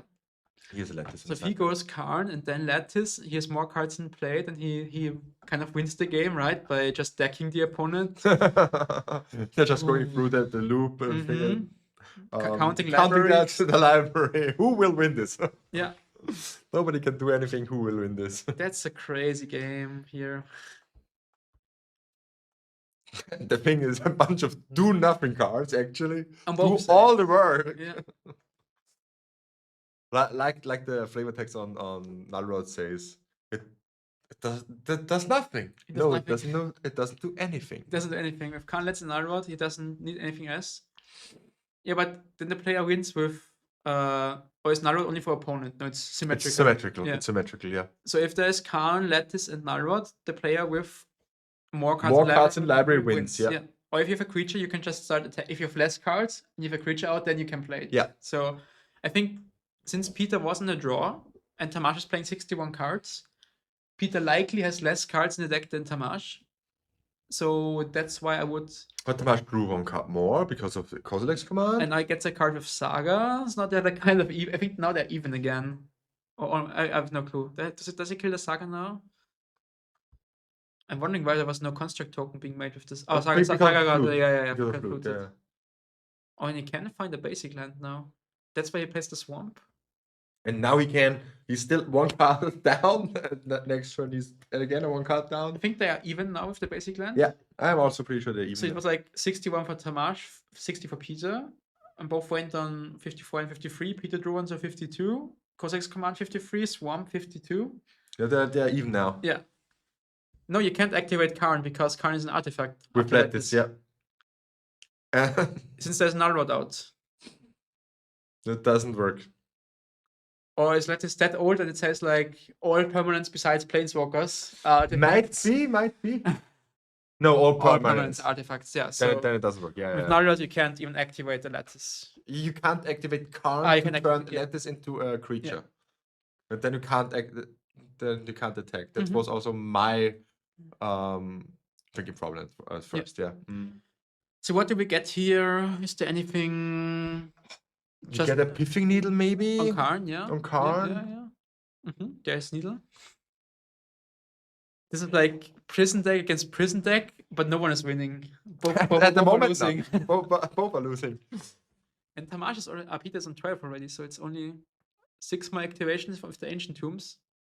Yeah, but his life totals don't really matter. Yeah, of course it doesn't, but Karn, yeah. Karn, yeah. Piffing Needle on Karn and another Wizard's Workshop. That's a 1 ring, which does nothing. 1 ring does nothing. Just the protection. Just play it out. Once I kill the Null Rod with nothing. Summon Bahamut. Yeah, that works. Oh, we got a Fable. So after races, this is a very good draw for Peter because it creates 4 power with 1 card. Of course, it takes a while, but it creates 4 power. Potentially even more once we hit like a Bowmaster and then Bombardier and then copy the Bombardier. Yeah, maybe I should try Mono Red. Yeah, no worries, chat. It's the Null Rod is an old Magic card and it's unfortunately or fortunately symmetrical. Yeah, I really like the part where cards were symmetric. Yeah. you had to think around deck building. But like Karn, oh, your opponent can activate artifacts. Oh, Oh, make it easy for me! This was such a madness once this first happened. Like Karn Lattice. Can't let this for first time, or also Narset not being non-symmetrical, Teferi being non-symmetrical. Yeah, Narset Days Undoing. War of the Spark really turned the tide around with Fire Design. Yeah, Fire Design, you're excited. Is this another land for Tamash? It's another workshop, and these tap for 3 each now, so we are just 1 mana away of Tamon Bahamut, I think. It's okay, we play out the monolith. And That's fine. yeah, that's nothing. He's still waiting one turn, 1 mana away of Summon Bahamut. He has 3 Urza's lands, so that's 6 mana for the 2 workshops. I mean, you now need a Blood Moon. Yeah, you need the Blood Moon, and now he goes like, oh, let me name Summon Bahamut. Yeah, because they two know each other. They two know the deck in and out. So you think he will name Summon Bahamut now? I just hope so. Or Cityscape Leveler. Or maybe just names Ugin. But Ugin is just drawing cards here. It doesn't do anything with the cast triggers. I guess it exiles the Fable. Exiles the Fable. Yeah. You can gain some life and draw a card. Yeah, the Third Flute. Third Flute. What is it naming? Let's wait for a table spotter. I guess it's either Ugin Khan or Summon Bahamut. Ugin Cityscape Leveler or Summon Bahamut. The drum rolls. What is this gonna be? What is it gonna be? We are so interested right now. Maybe he's still thinking himself.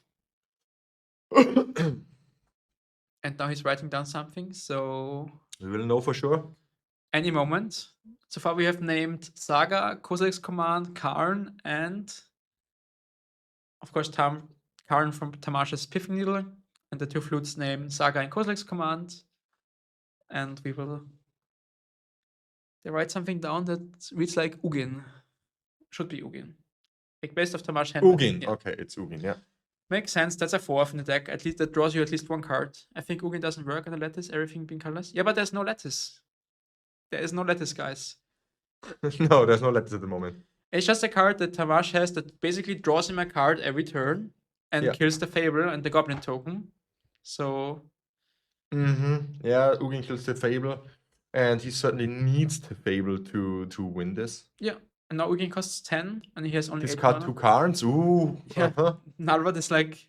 Karn is needled, and there's 2 Nalrods. So, and drawing 2 cards here is really, really strong. Maybe you find the Bombardier now, and you can start picking up the pace.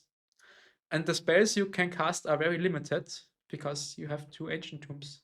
Yeah. So you can only activate these 4 more times. I mean, the best thing he could draw here, in my opinion, would be a Magus of the Moon. Yeah, it's better than a Blood Moon.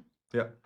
And you know what? No, actually, Blood Moon is better because in theory, Tamash could float 6 mana and then Kozilek's Command for 1. Okay, doesn't work. No, because the Certain Flu is also on Kozilek's Command. Yeah, so it's just 6 mana and Command for 1. And then it doesn't work. Yeah. So the best thing it would be now Magus of the Moon, in my opinion. Because it just adds more pressure. But Peter drew a Blood Moon. We saw that. Okay, then Blood Moon is also fine. Yeah. It's not. Here it's comes okay. The Blood Moon. Yeah. You have to do something right now. Yeah. Oh wow.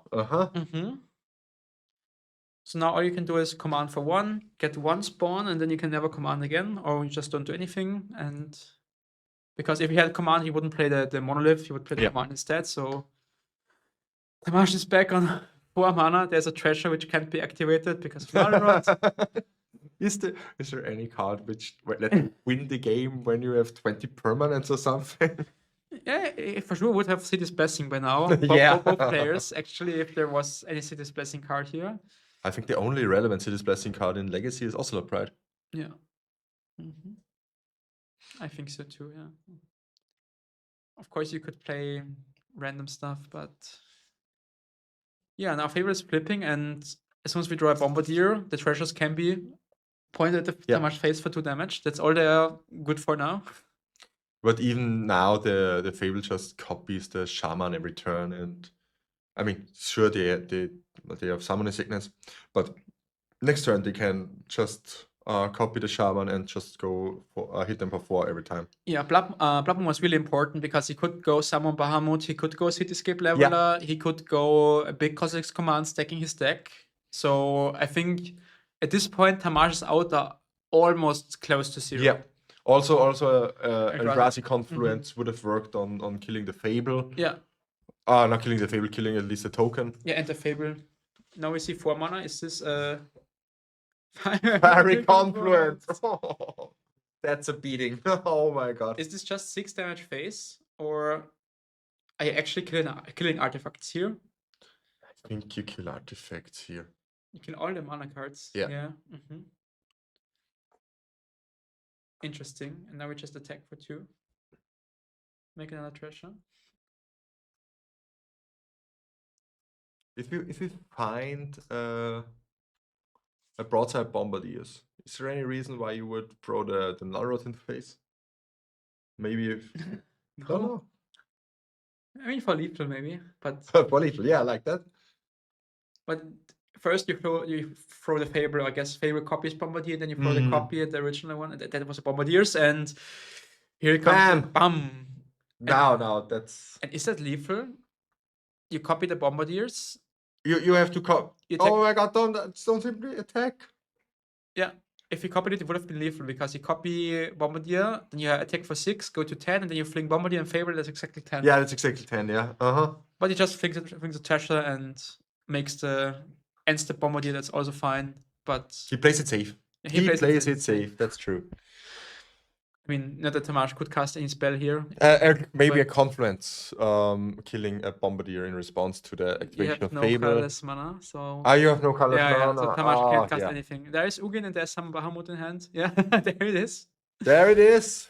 And Peter advances to the finals again. With Red Stompy. Back-to-back finals with Breakfast and Stompy. Yeah. Crazy stuff from I Peter. really love the meta at the moment. It's so insanely wide open. It's crazy. It's just crazy. Yesterday and 2 days, just crazy days. He's definitely the man of the weekend, the player of the weekend. MVP. Double final appearance. MVP. So awesome. So great. So... Second table is still playing. We are heading into a short little break. Afterwards, the finals will be held by Daniel and Peter. So we won't see each other again unless you are at 4 Seasons in Bologna. So awesome. We just hope to talk to you a little bit at 4 Seasons. And also, if you're coming to Linz next year, or if you're planning to come into Linz next year for the Austrian Legacy Masters, just follow our socials to keep you updated. We will aim for basically like the same weekend like this year, so keep that in mind. Save the date around mid-May, beginning to mid-May, something like that. It will be basically something like that. So keep that in mind, follow us, and with this, have a nice finals with Daniel and Peter. These guys are awesome, and thank you very much for watching the stream, the chat. Yeah, thanks for having me again, like last year. I'm looking forward for next year again to commentate again. Maybe I will start playing, but let's see. Maybe also we're thinking about a different venue, or thinking about different venue for next year, and also maybe we will stream some of our weekly leagues in the future with Felix as commentator.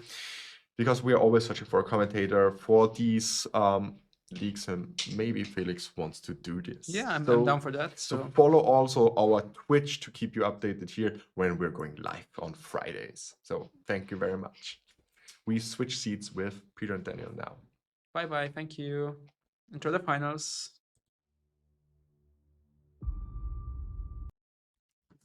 Hello and welcome back. We had a barrier of ads because the second semifinal went a long way. Daniel, tell us in short what happened in the other semifinals. We don't know what exactly happened, but we know who won. Yeah, exactly. We had actually a blue-black tempo deck that was battling against Cradle Control, which is a matchup when I am on the blue-black side. I'm not super happy when I face Cradle Control in particular, but somehow we have Alexander Koles, who was on the blue-black tempo deck, that actually won against now Cradle Control and advanced now to the finals. And he faces off against Peter Tishmadia. If you have seen the stream yesterday, the name should sound familiar. He actually won our main event from yesterday with Cephalid Breakfast, and he again is on the final table today. So that's very cool. Yeah, it's really, really amazing to see Peter rising after yesterday's breakfast win into today's finals with Mono Red Stompy. The game that we currently saw on stream that Felix and Philip casted and commentated were amazing. Today we have a final, and I will quickly hop into the prizes so that you actually see what those two people are playing for, and one of those two people actually is playing the whole prize in his deck here. Yeah. So Daniel, talk about the winning prizes for today. Yeah, exactly. We have the Austrian Legacy Challenge, and for today we are battling now in the finals for a Tiger Dual Land and also the ELM invite slot. Second place would be then this playset of Orcish Bowmasters that I'm pretty sure, for example, if you want to play this finalist deck of the blue-black, that would be quite nice to have. Places 3 and 4 has an Ancient Tomb. Places 5 to 8, an Eye of Ugin, and places 9 to 12, an Hexing Squelcher. And yeah, all of our prize players even received some goodies, deck boxes, playmats, and much, much more from our proud sponsor, Ultimate Guard. But with talking about prizes out of the way, we will quickly hop into the match. The two players are already seated. They are prepared to actually play and win the tournament.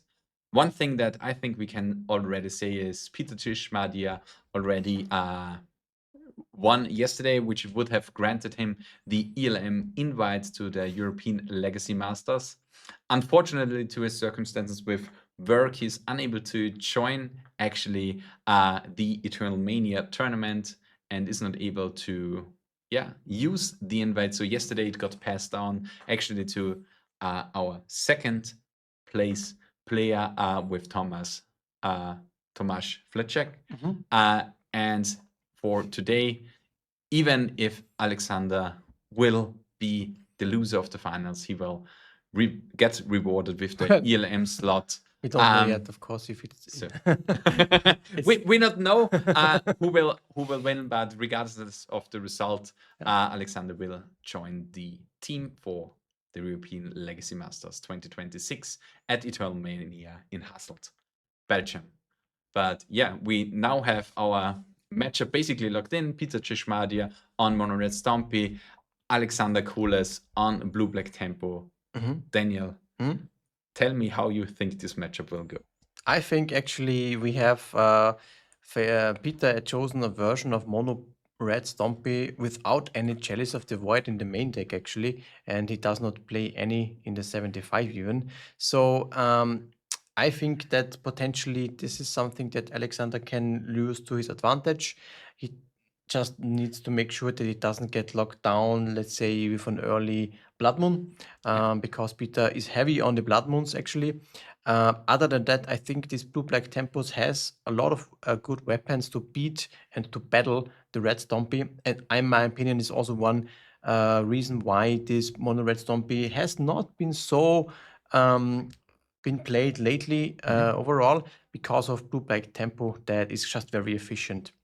And we see that actually here, Alexander is on the play and he opens the game up with a Thoughtseize. This is the kind of interaction that Mono Red Stompy does not want to face, right? So he can now pick the best card from the hand and then advance his game plan even further around the way. Yeah, and with the Thoughtseize being now in play, we see Peter Tishmadia. He has the mountain, he has the ancient tomb, so 3 mana unlocked on turn 2, and there are a few targets now you can choose from. There is the multiples, the 2 copies of Fable of the Mirror Breaker. We have one of our Goblin Bombardier. We have the Pyrogoyf and we have the Fury. What would be the card that you would choose to discard here then? I think it is at this point, it's not super easy pick because his Peter's hand is quite resilient, I want to say. Yeah, he has 2 copies of Fable. I think the broadside would have been a fine choice as well, instead of the Fable that Alexander actually chose. Other than that, I think it's down to either these Fables or the broadside, but it's not a clear choice because I think it's actually a solid hand from Peter that is a little bit resilient actually to Thoughtseize in that case. Yeah, especially with the swamp as his first land, you are already Blood Moon proof. You don't fear any Blood Moons coming down, and expect an island here as well on the side of Alex. As you already said, I think it would be a pretty clear pick to pick the Fable if there would have been only one in there. Yeah. But with 2, it's kind of like, do you take the card that will be Yeah. played? Yeah. And what's very nice here for Alexander, we know that Peter has 8 copies of Blood Moon, so 4 Blood Moon and 4 Magus of the Moon in the main deck, and Alexander has both pieces of basics already assembled now, so would be potentially quite protected against this. And he can, I think, reasonably operate on 2 basic lands. For his blue back tempo deck. So I think he's setting up his gameplay quite nicely here. And with the days in hand of Alexander, do you think like going this turn for a Nethergoyf, possibly dazing the next play of Peter Chishmadia, is the correct thing here to do? I mean, there was no Nethergoyf now being cast. I would have really liked to have something like that for sure. How many Nethergoyfs do we have in the deck list of Alexander? Can maybe have a quick look. It's actually none. It's the non-Nethergoyf version. Yeah. I was thinking about it if it actually plays it. This is a version that is slightly more bigger. It is a little bit more mid-rangey, and it has main deck Barrogoyfs, and the full playset of Orcish Bowmasters, alongside also 4 copies of Flow State. So that version is actually a little bit more big and a little bit more grindier. So I think Nethergoyfs would have been quite nice for, especially for a matchup like this. But let's see. I think Blue Black Tempo still has a lot of tools that are very impactful for this matchup in particular. Do you think that this deck, as it's constructed, the little bit bigger version of Blue Black Tempo, is more suited or less suited than the smaller version with the Nethergoyfs? Yeah, I think in matchups like this, I would have really preferred to have Nethergoyfs, because there's like a breaking point if you add more grindy elements to the blue black tempo decks that you're choosing. You have a very good, for example, blue red matchup, and of course you are favored in the mirror if we have more trump cards, let's say. But you lose a little bit of tempo power against decks like Stompy, Tron, Lance, and so on that you want to beat quite fast. So here the Nethergoyfs would be, of course, better, I think. And so far, Alexander has not found a threat yet. Yeah, but we've seen on the side of Peter Chishmadia, the 3rd Fable of the Mirror Breaker got drawn, is deployed. On the side of Alexander, we see now the Bowmaster responded immediately to just deny or restrict the draw trigger. On the side of Peter, on the next turn, we see the flow state being enabled by the Thoughtseize and the Daze. So he actually is allowed to get 2 cards in here, is allowed to play his land. Thoughtseize once again gets rid of another mostly important card on the side of Peter, maybe the the Pyrogoyf. So there are a lot of good cards in here. I think Fury is 1 mana off to hardcasting Fury at the moment. He can next turn for sure go for the Pyrogoyf, which is a good card and a potent threat that would be on the table. Also, the Bombardiers is a nice one that for sure next turn could also come down. And he drawn also a Karn. So I think it's really tough to make a decision, right? The Fury can potentially clear both the Orcish Bowmaster as well as the token very cleanly. But the Sparrowgoyf is a really huge beater that also kills a creature when it enters. I personally think this Pyrogoyf looks quite nice, unless I have, for example, another Daze or another Force of Will that can kill the creature. Yeah, the big thing is with the treasure token of the Goblin Shaman, next turn you can really look into hard casting the Fury here. Here you may even discard one card and recycle it into another one since the token would not die, but it was denied here. And let's see how Peter Gishmadia now focuses his game plan, which threat he wants to deploy this turn. But yeah, Daniel, can you give me a little bit of the thought process? Which creature does the board affect differently, or is maybe better in this case here? Yeah, in this case, I think Peter needs to decide first, do he want to attack first and get the treasure token, which he ends up doing. That allows him potentially to either go for a Fury, or he can also deploy the Pyroglyph, which I think I'm looking at, and this allows him to actually play it around days, which I think I value quite nicely here in this spot. And if Alexander actually tries to double block, I think I would have also been fine from Peter's side. Trading this token for the Bowmaster plus the Orc army is quite nice as well. And I would think that he goes now for the Pyroglyph. Yeah, Yep. Pyro threat, go a really potent threat here, should deal damage equal to 1, 2, 3, 4. I think it's five, yeah. five power already. Quite huge. And it kills likely the Bowmaster. Or it can potentially can even kill the token, but let's see. The reason being is the Orcish Bowmaster as is, if there's already 3 Fables being played, there's no really more card draw effects. Yeah. No, sorry, there's actually one. There's the One Ring, so I think the Bowmaster would still be the better pick. But we get the force on the side of Alexander out of the hand. We still have a lot of potent cards in the hand of Peter Gishmadia with the Bombardier. Yeah. And that's the point where I think Alexander needs to find a really potent threat. I think this Bowmaster alone is not really going to cut it, because Peter will eventually have Fury on the board.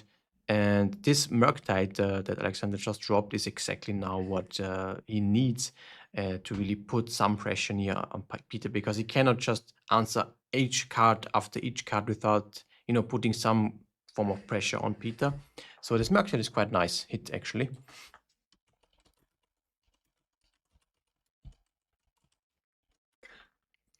Yeah, and as it seems like this is a 2-turn clock now, especially with Murktide on 8. You kind of have to clear off the Kiki-Chiki token here, because the ETB of the Fury and the trigger can kill, exactly. Can point both copies, both ETBs of the Furies you can utilize to kill the Murktide. So that is, I think, a plan that Peter likely wants to have for the next turn. Right now we cannot use the Kiki-Chiki because it just flipped for this turn. So let's see, maybe Alexander is able to find a Fatal Push or a Snuff Out that he has in his deck. Or he drew another Pyroglyph,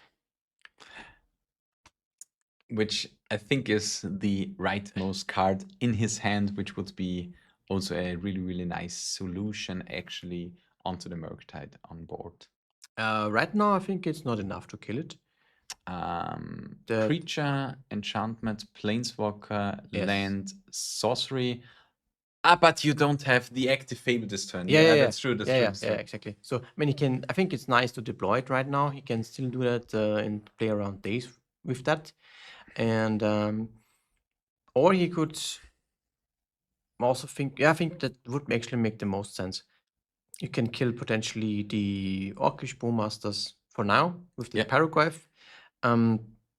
Pass the turn, and the next turn you can use the Kiki-Chiki to copy a Fury, potentially, and then kill the Murktide. Yeah, I think the last card in hand of Alexander Kolas is actually the Fatal Push.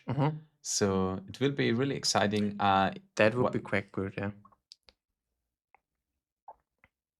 Oh no, that's quite costly. Of course, it goes to 9 life. That means the Murktide is just 1 short of being lethal if he for this turn at least cannot kill it, and it doesn't look like he can. So I assume he has to hope that for this turn he can survive, and that the flipped Fable, will also survive for the next turn. And let's see where the 5 damage are getting pointed at. Most likely at the face of Alexander here. Okay. Is it on the Murktide even? As it seems. Yeah. Okay, yeah. There's another red card, so he goes for the killing of the Murktide immediately. I like it actually quite a lot.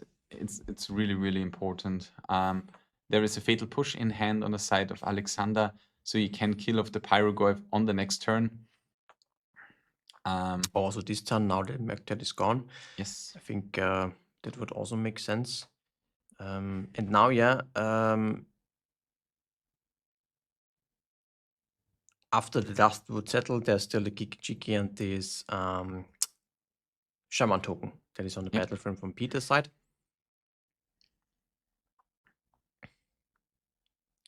Yeah, that was a good turn for Peter. I think he got rid of the Murktide. I think that would have been quite problematic. Yeah, the Murktide putting a lot of pressure onto the life totals of Peter is definitely a threat that had to had an immediate answer, and Peter, with all his ETB effects, did exactly that. But let's see what Alexander can surveil away, or can see that he really needs in the spot. But yeah, what are some cards that he can actually need here? I'm looking quite a lot at the Pyrogoyfs. I really want to see that now in the top of my deck, for example. And because that would just be a massive body to the board and help me with the life totals as well. So I don't know if we actually saw some whale, or if that still is on. The surveil was the Orcish Bowmasters. Okay, yeah. So then, yeah, Bowmasters is definitely not helping. And the Fatal Push was used to kill the Fable. That is very interesting, and not the Pyrogoyf. Yeah, and now on this turn with the Bombardiers, we will see the kill on Alexander Colas, most likely. Because you attack for 4 and you can throw the Pyrogoyf, so you deal that 10 damage this turn. I wonder, this Fatal Push on Pyrogoyf.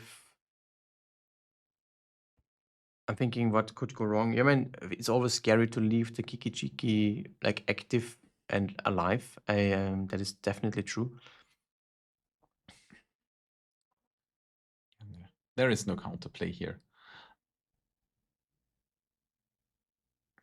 Yeah. It's boasting and then killing the token before blocking, and I think that should be more than enough damage. Or is it actually not? Yeah, no, that's enough. It's -1. It's -1. Yeah. Okay. So, yeah, Peter really convincingly took game 1 out of Alexander's hands, even on the draw. Yeah. So Peter's down up 1 game, right?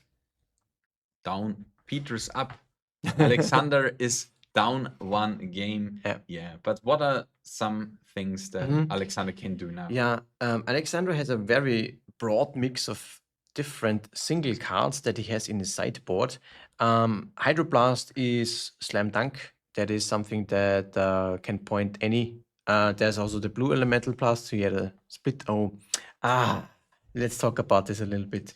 Yeah. Are you allowed to register blue elemental blast when you have Murktide regions in your deck? Let's put on debate. What is the downside? I actually think you should just play Hydroblast. I think it's actually just better. Yeah, it's the same thing. It's a minor thing. It's a minor thing. We've seen Trinisphere coming in. Wow, it was so quick. We've seen Trinisphere coming in, and I think the 4 Dead Guns. Yeah, that makes sense. Yeah. Yes. Very nice from Peter to show us how we sideboarded. Yeah, we have the Null Rods, we have the Disruptor Flutes out. Yeah. I think there were some Blood Moons in there.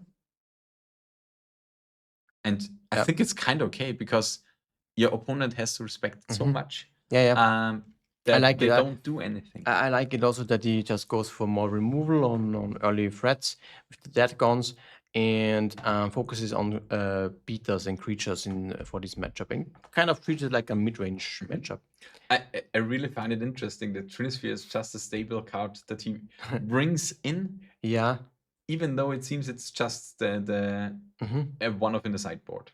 Yeah, I think for Karen is something that you need to deploy it first. It doesn't need to get dazed for it to work.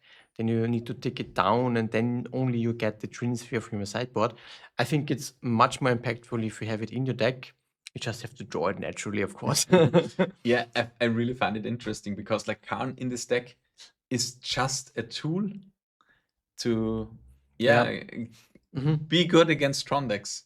It's just a thing that Yeah, it's stops. a null rod, and it has access to some sideboard cards. There's notably no how's it called, the lattice, Mycosynth lattice, but there's like the soft combo with the liquid metal coating that kills lands and so on. So that works at least. He opted to just have kind of a value Khan and then a null rod Khan, And on the head of Alexander, another Barrowglyph I definitely would like, and also the Force of Negation. And other than that, Conscience could be something to bring in. There's the One Ring and also Karn, so I think Conscience are also quite good for this matchup. But other than that, I don't see too much. Nullrod potentially, because the Chrome Moxen and the One Ring can be potentially also being quite impactful. But it's difficult. You need to think of how many days do I want to have post board, for example, because the red Stompy deck can have a lot of mana in a very, very short period of time. Tamio potentially is not that reliable, I want to say. He could have also shaving that one. And then focuses on the Barrowglyphs and the forces and his interaction pieces. Bowmaster definitely is also not that great, so I think I was imagining that this would be shaved. Problem for the blue-black deck in that particular version is you cannot shave too many threats, because you need to also win the game, of course. Yeah, it's you just need the clocks to deploy it early that you can close out the game. Because as we've seen, I think in this one with Peter Chishmadia's deck, with his version of Stompy, he has so many impactful cards that are not really suppressing your opponent, but putting real pressure on your opponent. And this was exactly what he did here. He played creature after creature after creature each turn.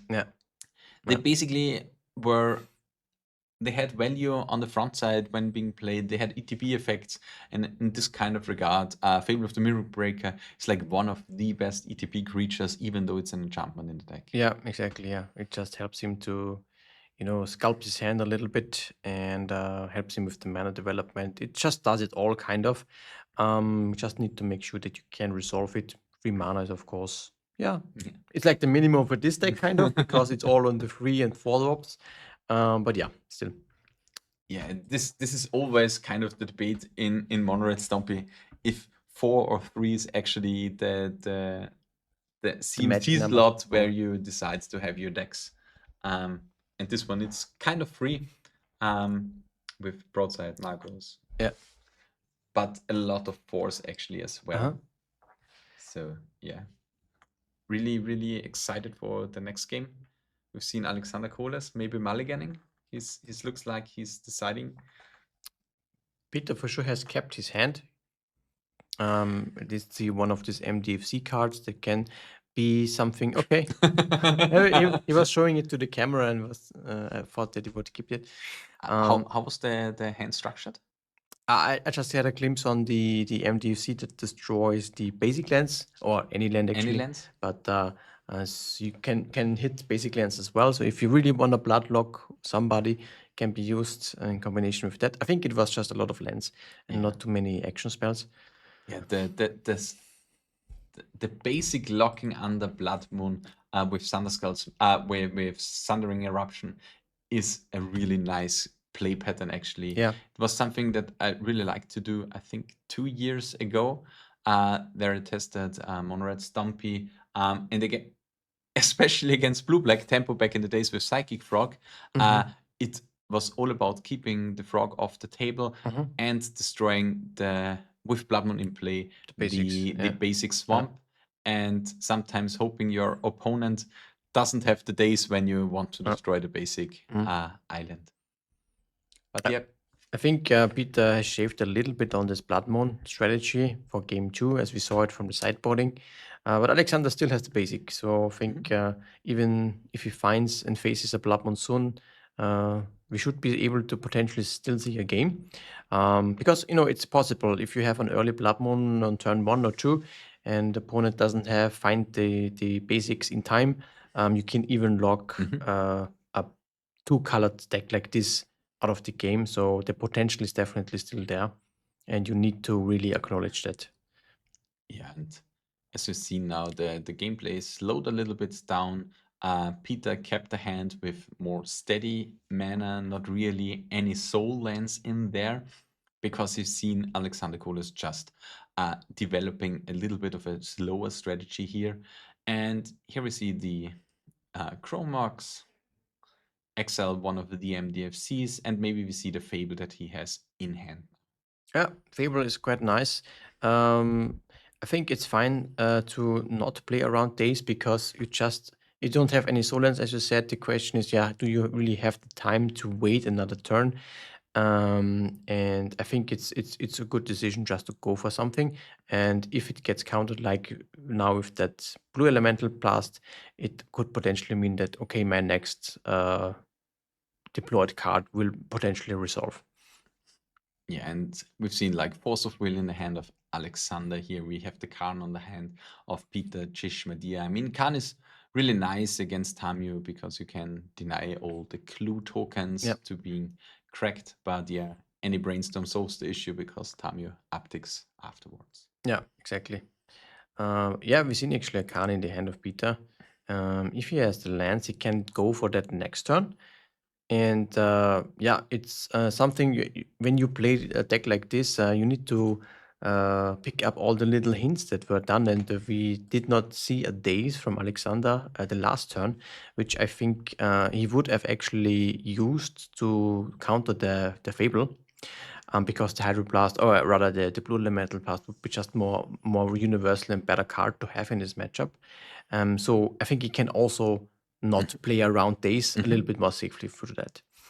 And now we've seen Alexander getting in the Barrogoyf notorious interaction with Pyrogoyf. Neither can, or Pyrogoyf at least can't kill the Barrogoyf because the Barrogoyf is always exactly as big as the Pyrogoyf is. The match looks a little bit better now for Alexander, especially with the Force, I think, as backup in hand. Yeah, exactly. Yeah. And this Barrogoyf is definitely something Peter wants and needs to deal with. Right now, what is still possible is a Fury could potentially kill it still. With the correct trigger stating. Yeah, of course. You should not let it die first. Yeah. But I'm pretty sure that we can give Peter the edge that he figures that one out.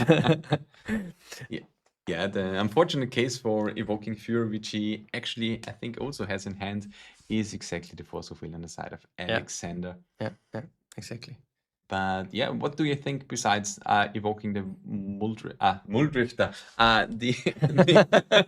You want to go for Muldrifter gaming? Yeah, you want to draw cards before evoking the Fury here. What are some cards that Peter actually really needs here? Is it just the Fury? Right now, this is, I guess, one of the best options that he has.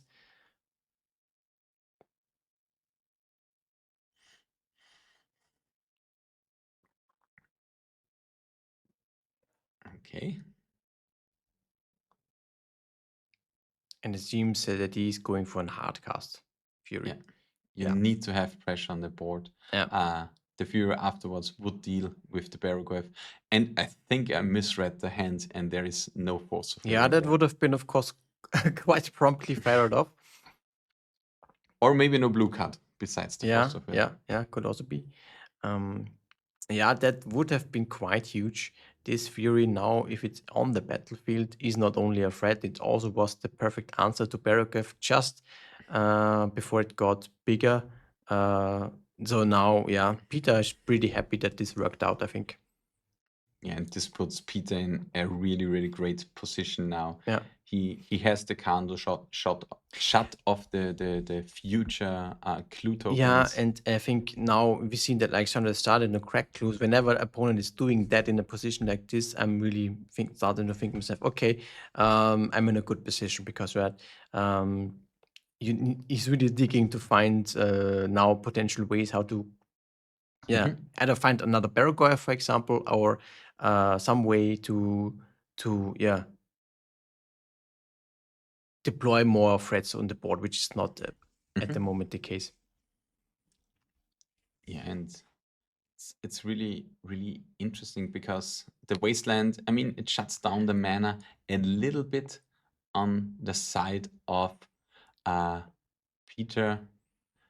But yeah, we get another of these bold lands basically in, and maybe we get another Fury, or do we play a Daze Proof card now in Karn? I think it's Karn, yeah. That should be the last card in hand of Peter. Yeah, which is quite nice.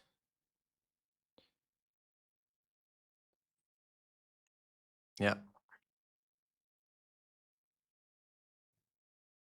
And what do we have in hand here? I mean, if you go to wishboarding, we may look at the Tormod script or the liquid metal coating or the disruptive flute here. Well, Would you go for a Tormod think- script to? Yeah. I mean, yeah, there Enemies is the card, force of will, but Yeah. no blue card. I think it was drawn off the clues. So he didn't have the ability to go for that in the last turn. But he cracked 2 clues and found another blue card. And now at least he gets the deal with the Karn, but there's still the Fury on the battlefield as of now. Yeah. Would you have went for if it resolves for the Tormod script to maybe deny the Murktide? Yeah, potentially.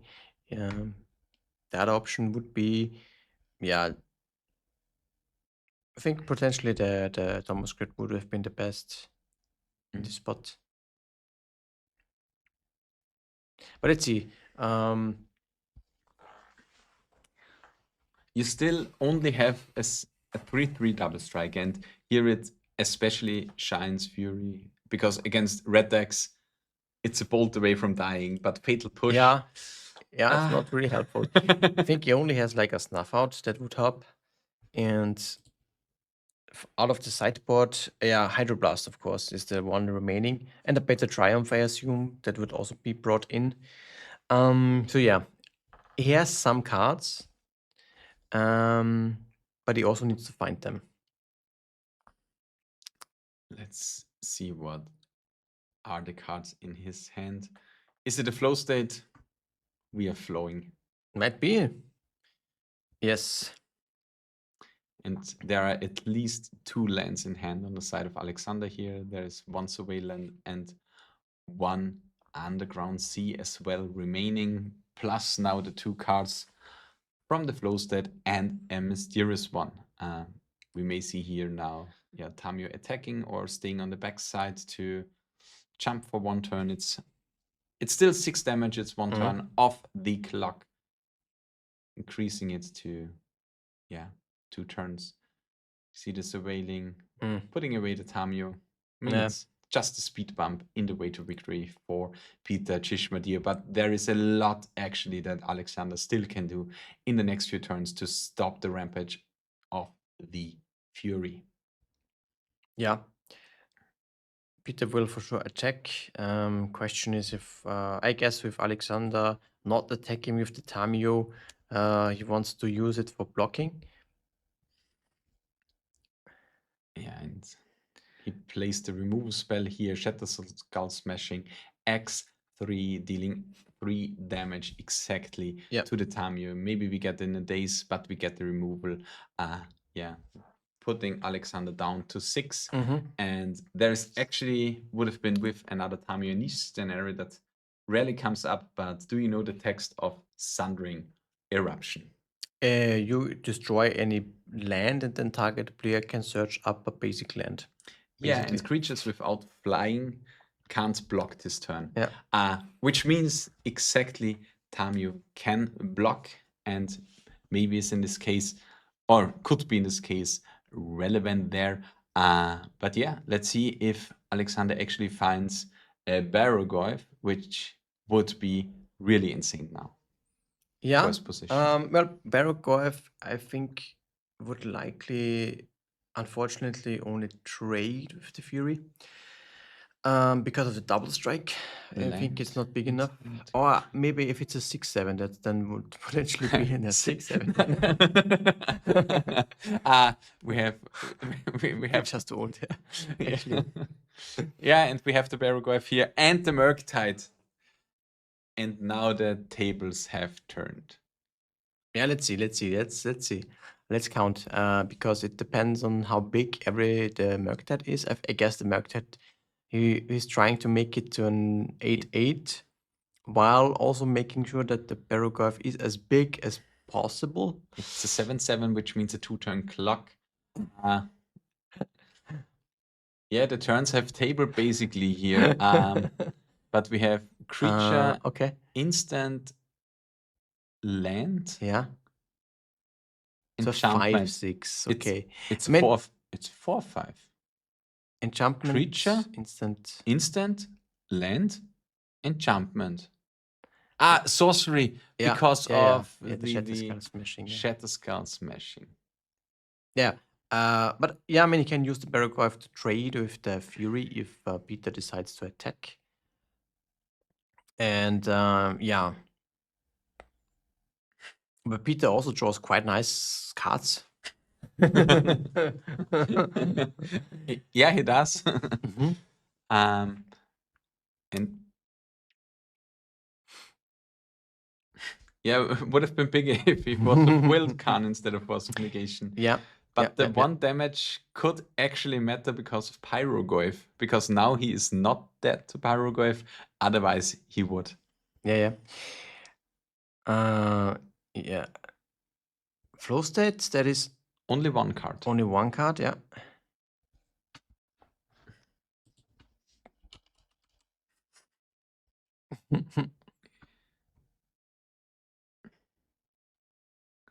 So See what he wants to take. which card is the chosen one? The only issue with flow state, if you don't like either, you cannot just put all on the bottom and use different cards. That doesn't work. He has to choose one of those 3. But it seems he's not super happy what he sees. Yeah. There is not a snap pick. Yeah, it's much better if you can take just 2 cards out of the 3. But maybe all of those 3 weren't that great. I mean, the Yeah. days doesn't really look that promising here. I mean, it's okay. Yeah. It's okay. Yeah, I mean, the days, I think, at this point is not really what he wants. It's something for the bottom of the deck. Yeah. The Hydroblast would be a nice pickup. I think cantrips also to help find something meaningful helps. But it did actually get days, I think. Yeah, a Fatal Push would also be good because you have to stop the Goblin. How's it called? The Fable. no, the Bombardier. The Bombardier. The Bombardier, yeah. Because like Bombardier is just a clean kill. Yeah. You attack, you fling the ring. And the second Murktide that grows also the first Murktide is very, very strong. And I think it's not quite lethal yet, so the Barrogoyf shrinks a little bit because of that interaction. And of course, he has protection from the One Ring. So next turn, he presents with the 2 Murktide actually lethal flying forces. I think we have the Is there a Bombardier or something like that? I think so. Yeah. That would be crazy. It is. It is. That would be crazy. Yeah. You draw the 2 cards here. You can use the Fury to just. Draw a Pyroblast. Is he playing Pyroblasts? No. There is no Parablast, no. That Bombardier, if there is really a Bombardier, you can use it to just throw the Fury into the face directly with 7 damage. That's would be enough at this point. Yeah. 3. 3. You play Bombardiers. the Bombardier. And And the days won't help, of course. Is a, there a fatal push? a Fatal Push would be the cards that he needs. If he has days fatal push, then you have to daze it to activate revolt for sure. But there is a consign in the hand. Can you consign a post? I think it's a trigger that you can consign, right? It's Is not it? a trigger that you can consign. Can you look It's at? not a mandatory trigger. You can only do it Yeah. when you attack. And Yeah. Okay. 6 damage into the face. We have Yeah. Peter Chishmadia winning Saturday on breakfast, Sunday with Mono Red. So basically, he had amazing. his breakfast, he had his roast now on this day. He has a feast, winning a tropical island, winning the tiger, winning the whole Yeah. weekend. Yes. That is so unfortunate. If there was actually a daze in the hand of Alexander, he can enable revolt for the bombardiers and been able to kill it before it was able to attack. But no, this time around with that consign, He put away the bit triumph. put away the bitter triumph. That's interesting. That is very interesting. I mean, Okay. you had the choice between remove a spell and what are things. I mean, the Pyroglyph don't win on this turn. Not on this turn, yeah, not on this turn. But it could. But there was anyways protection from the Wandering. But the consign doesn't stop anything meaningfully. Yeah. But we don't know exactly what the thought process is, of course. And but still, I think first of all, still great performance by Alexander Kolis from Blue Black Tempo, being in the finals here for the Austrian Legacy Challenge. But yeah, Peter Chismadia, I mean, he really showed that he can win tournaments now. He did the B2B win challenge, basically inlands for the Austrian Legacy Masters. Yeah. Peter Chismadia Fantastic. telling, I'm playing Cephalid Breakfast. I won it easily. On the next day, today, I've seen a little bit of Naruto. I've watched some anime and thought about Lee, and he always challenged himself, putting in the braces, and said, today I'm playing Mono Red Stompy. Today I really want to challenge myself. I put the weight on my arms and feet, and I still win the tournament. And Peter Chishmadia winning the whole event, doing everything that everyone pleases. Everyone loves Mono Red Stomping, winning any big tournaments. We've seen it in Birmingham. Mono Red Stompy won and everyone was happy. Am I right? Yeah, exactly. It's always nice to see. I guess we can also get him for the tournament shortly. Yeah, maybe he has time. Maybe he did something like this already. I think yesterday you already had him in stream, but I'm really excited to hear what he is gonna say about Mono Red Stompy, why he choose it, why he wants to play it, why? Just why? Okay, I guess there will be a short break and then. Yeah, we do a short break and then we have the winners interview together with Peter Chismadia from Hungary.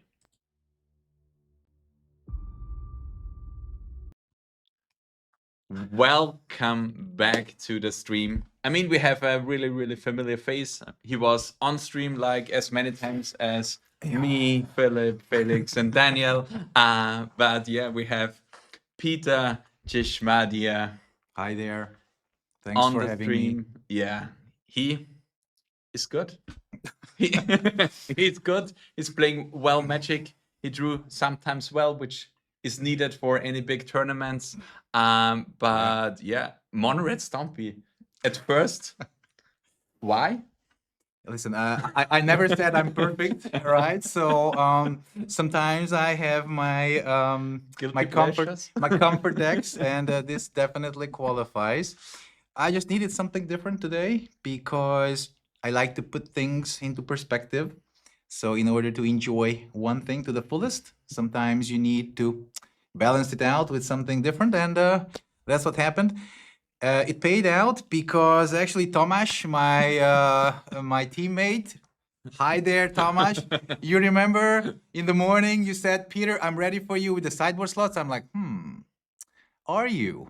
I will change the deck and see what happens. So you tell me that the 3 flusters, the 3 null rods actually were added today? Well, exactly. During the Friday FNM, I ran the same deck and I had the null rods in the sideboard. But yes, the null rods are definitely for this matchup. Yeah, the deck looks actually really, really beautiful. You guys can see it on the stream decker. We have it on our second stream here because I think the deck list is like beautifully constructed to one specific problem in the meta, and this is if my opponent is playing artifacts, he can't activate them. Am I right? Perfectly right. This is actually Tomasz Kukuczka's idea once again.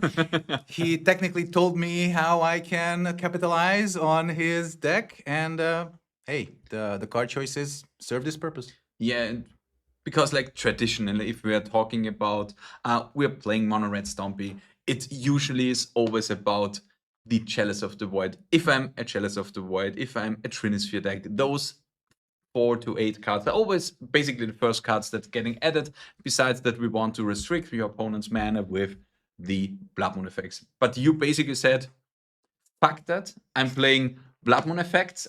If I can stop my opponent from casting any specific colored spell, or as you said to stop one specific problem, which you mean Tron? Tron and also other artifacts, right? So Storm, Upsal spells, some other decks play these artifacts, and I really wanted to present the prison effect against them. And yes, you see it right. No Chalice, no Trinisphere. In the world of Thalia, where my Chalice just gets nullified. No, I'm not running the Chalices. No, and no Trinisphere. That was a bold move. Maybe you can say Chalice no, but Trinisphere yes. Hey, I took the bold move today. Not gonna lie. I had other plans against blue-red and blue-black tempo. I mean, let's talk about other plans because we actually seen you around 6, I think, on stream. You were playing mono red Stompy. You were playing against blue-black tempo.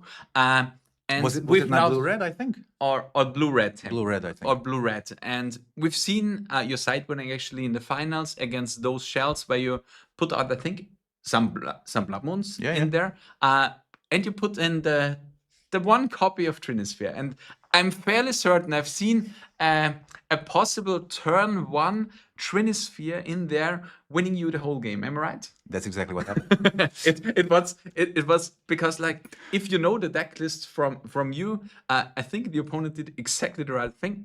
I'm developing my basic. On next turn I'm doing something, and you just hit him with the Trinisphere. It was amazing to see from outside.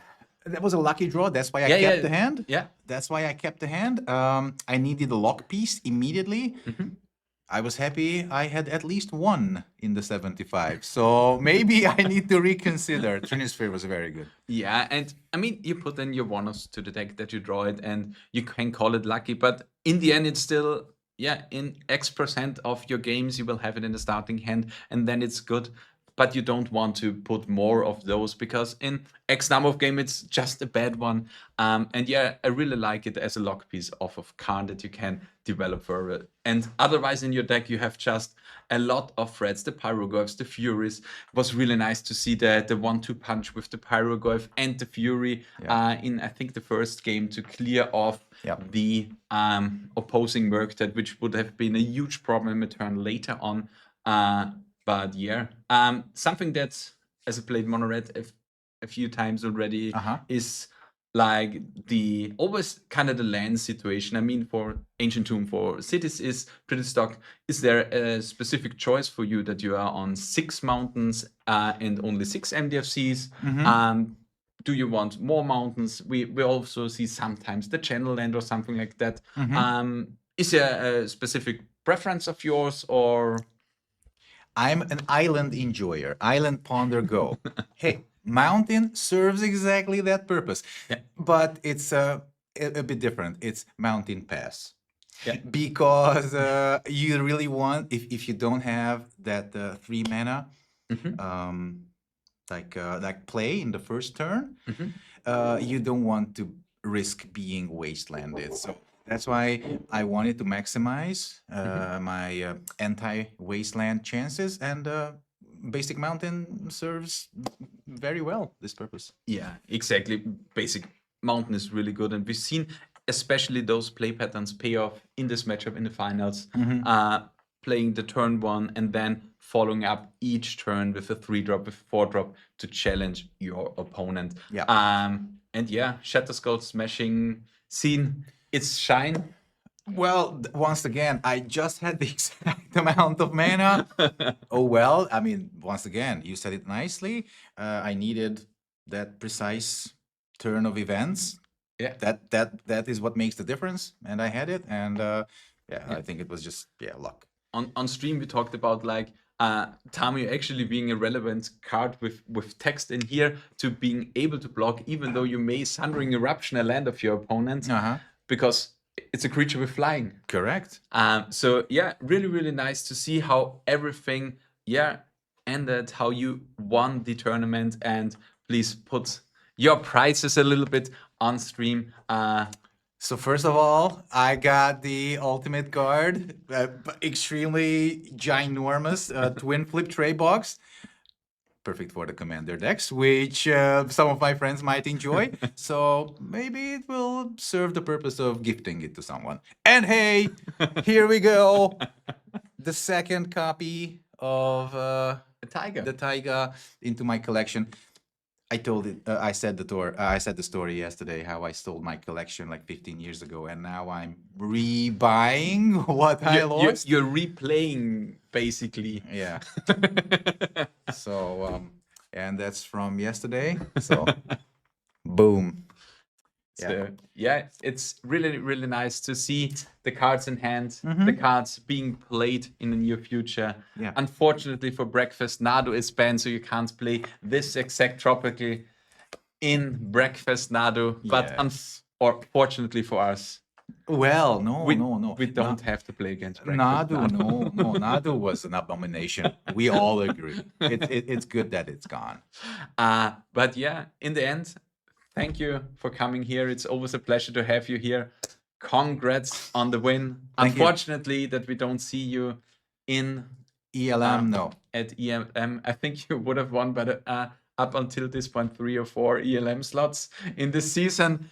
But maybe next year, when you really want to, it just happens the other way around. Maybe we hope it's not. Exactly. That would be like a really awful turn of event. Thank you guys for putting this whole show, this whole 3-day event together. This was really marvelous. Guys, I said it yesterday. If you ever consider coming to Linz, these guys, these are really the best in the whole Europe. 200,000 people live in Linz. And since around that, yeah. And you put together like 20, 30 people FNMs. I know the numbers might change sometimes, but hey, amazing community, very welcoming, very hospitable community. So the event was amazing. Good food options nearby. So great people. Come and play Legacy. That's the best format, we all know. Yeah, thank you very, very much, Peter, for the honoring words here. And yeah, thank you guys all for tuning in. We will be around this time of the year, be available next year once again on stream. Maybe we have some FNM streams in between. We always tell you this, and it never happens, but this year we're sure that we try to do something. This is not something that we promise, but we try to promise. But whatever happens, happens. At least for sure next year we have another Austrian Legacy Masters 2027. We will have some good prices. We will have the same packages. And please register early. It's much more easy for us to plan anything because like 6 weeks prior to the tournament, we said like, we only had like 20 registered players. We can't do it. We have to do something. And then everyone joined in, Boom, yeah. fully booked out event. It's an honor for you guys to host this event, to cast this event, and let good players play good Magic that we can talk about. So thank you very much, guys, for tuning in. Thank you very much, Peter, for joining the event. Thank you to every player, every watcher, every viewer of the streams. It was a nice time. And yeah, in response, the end. Ciao.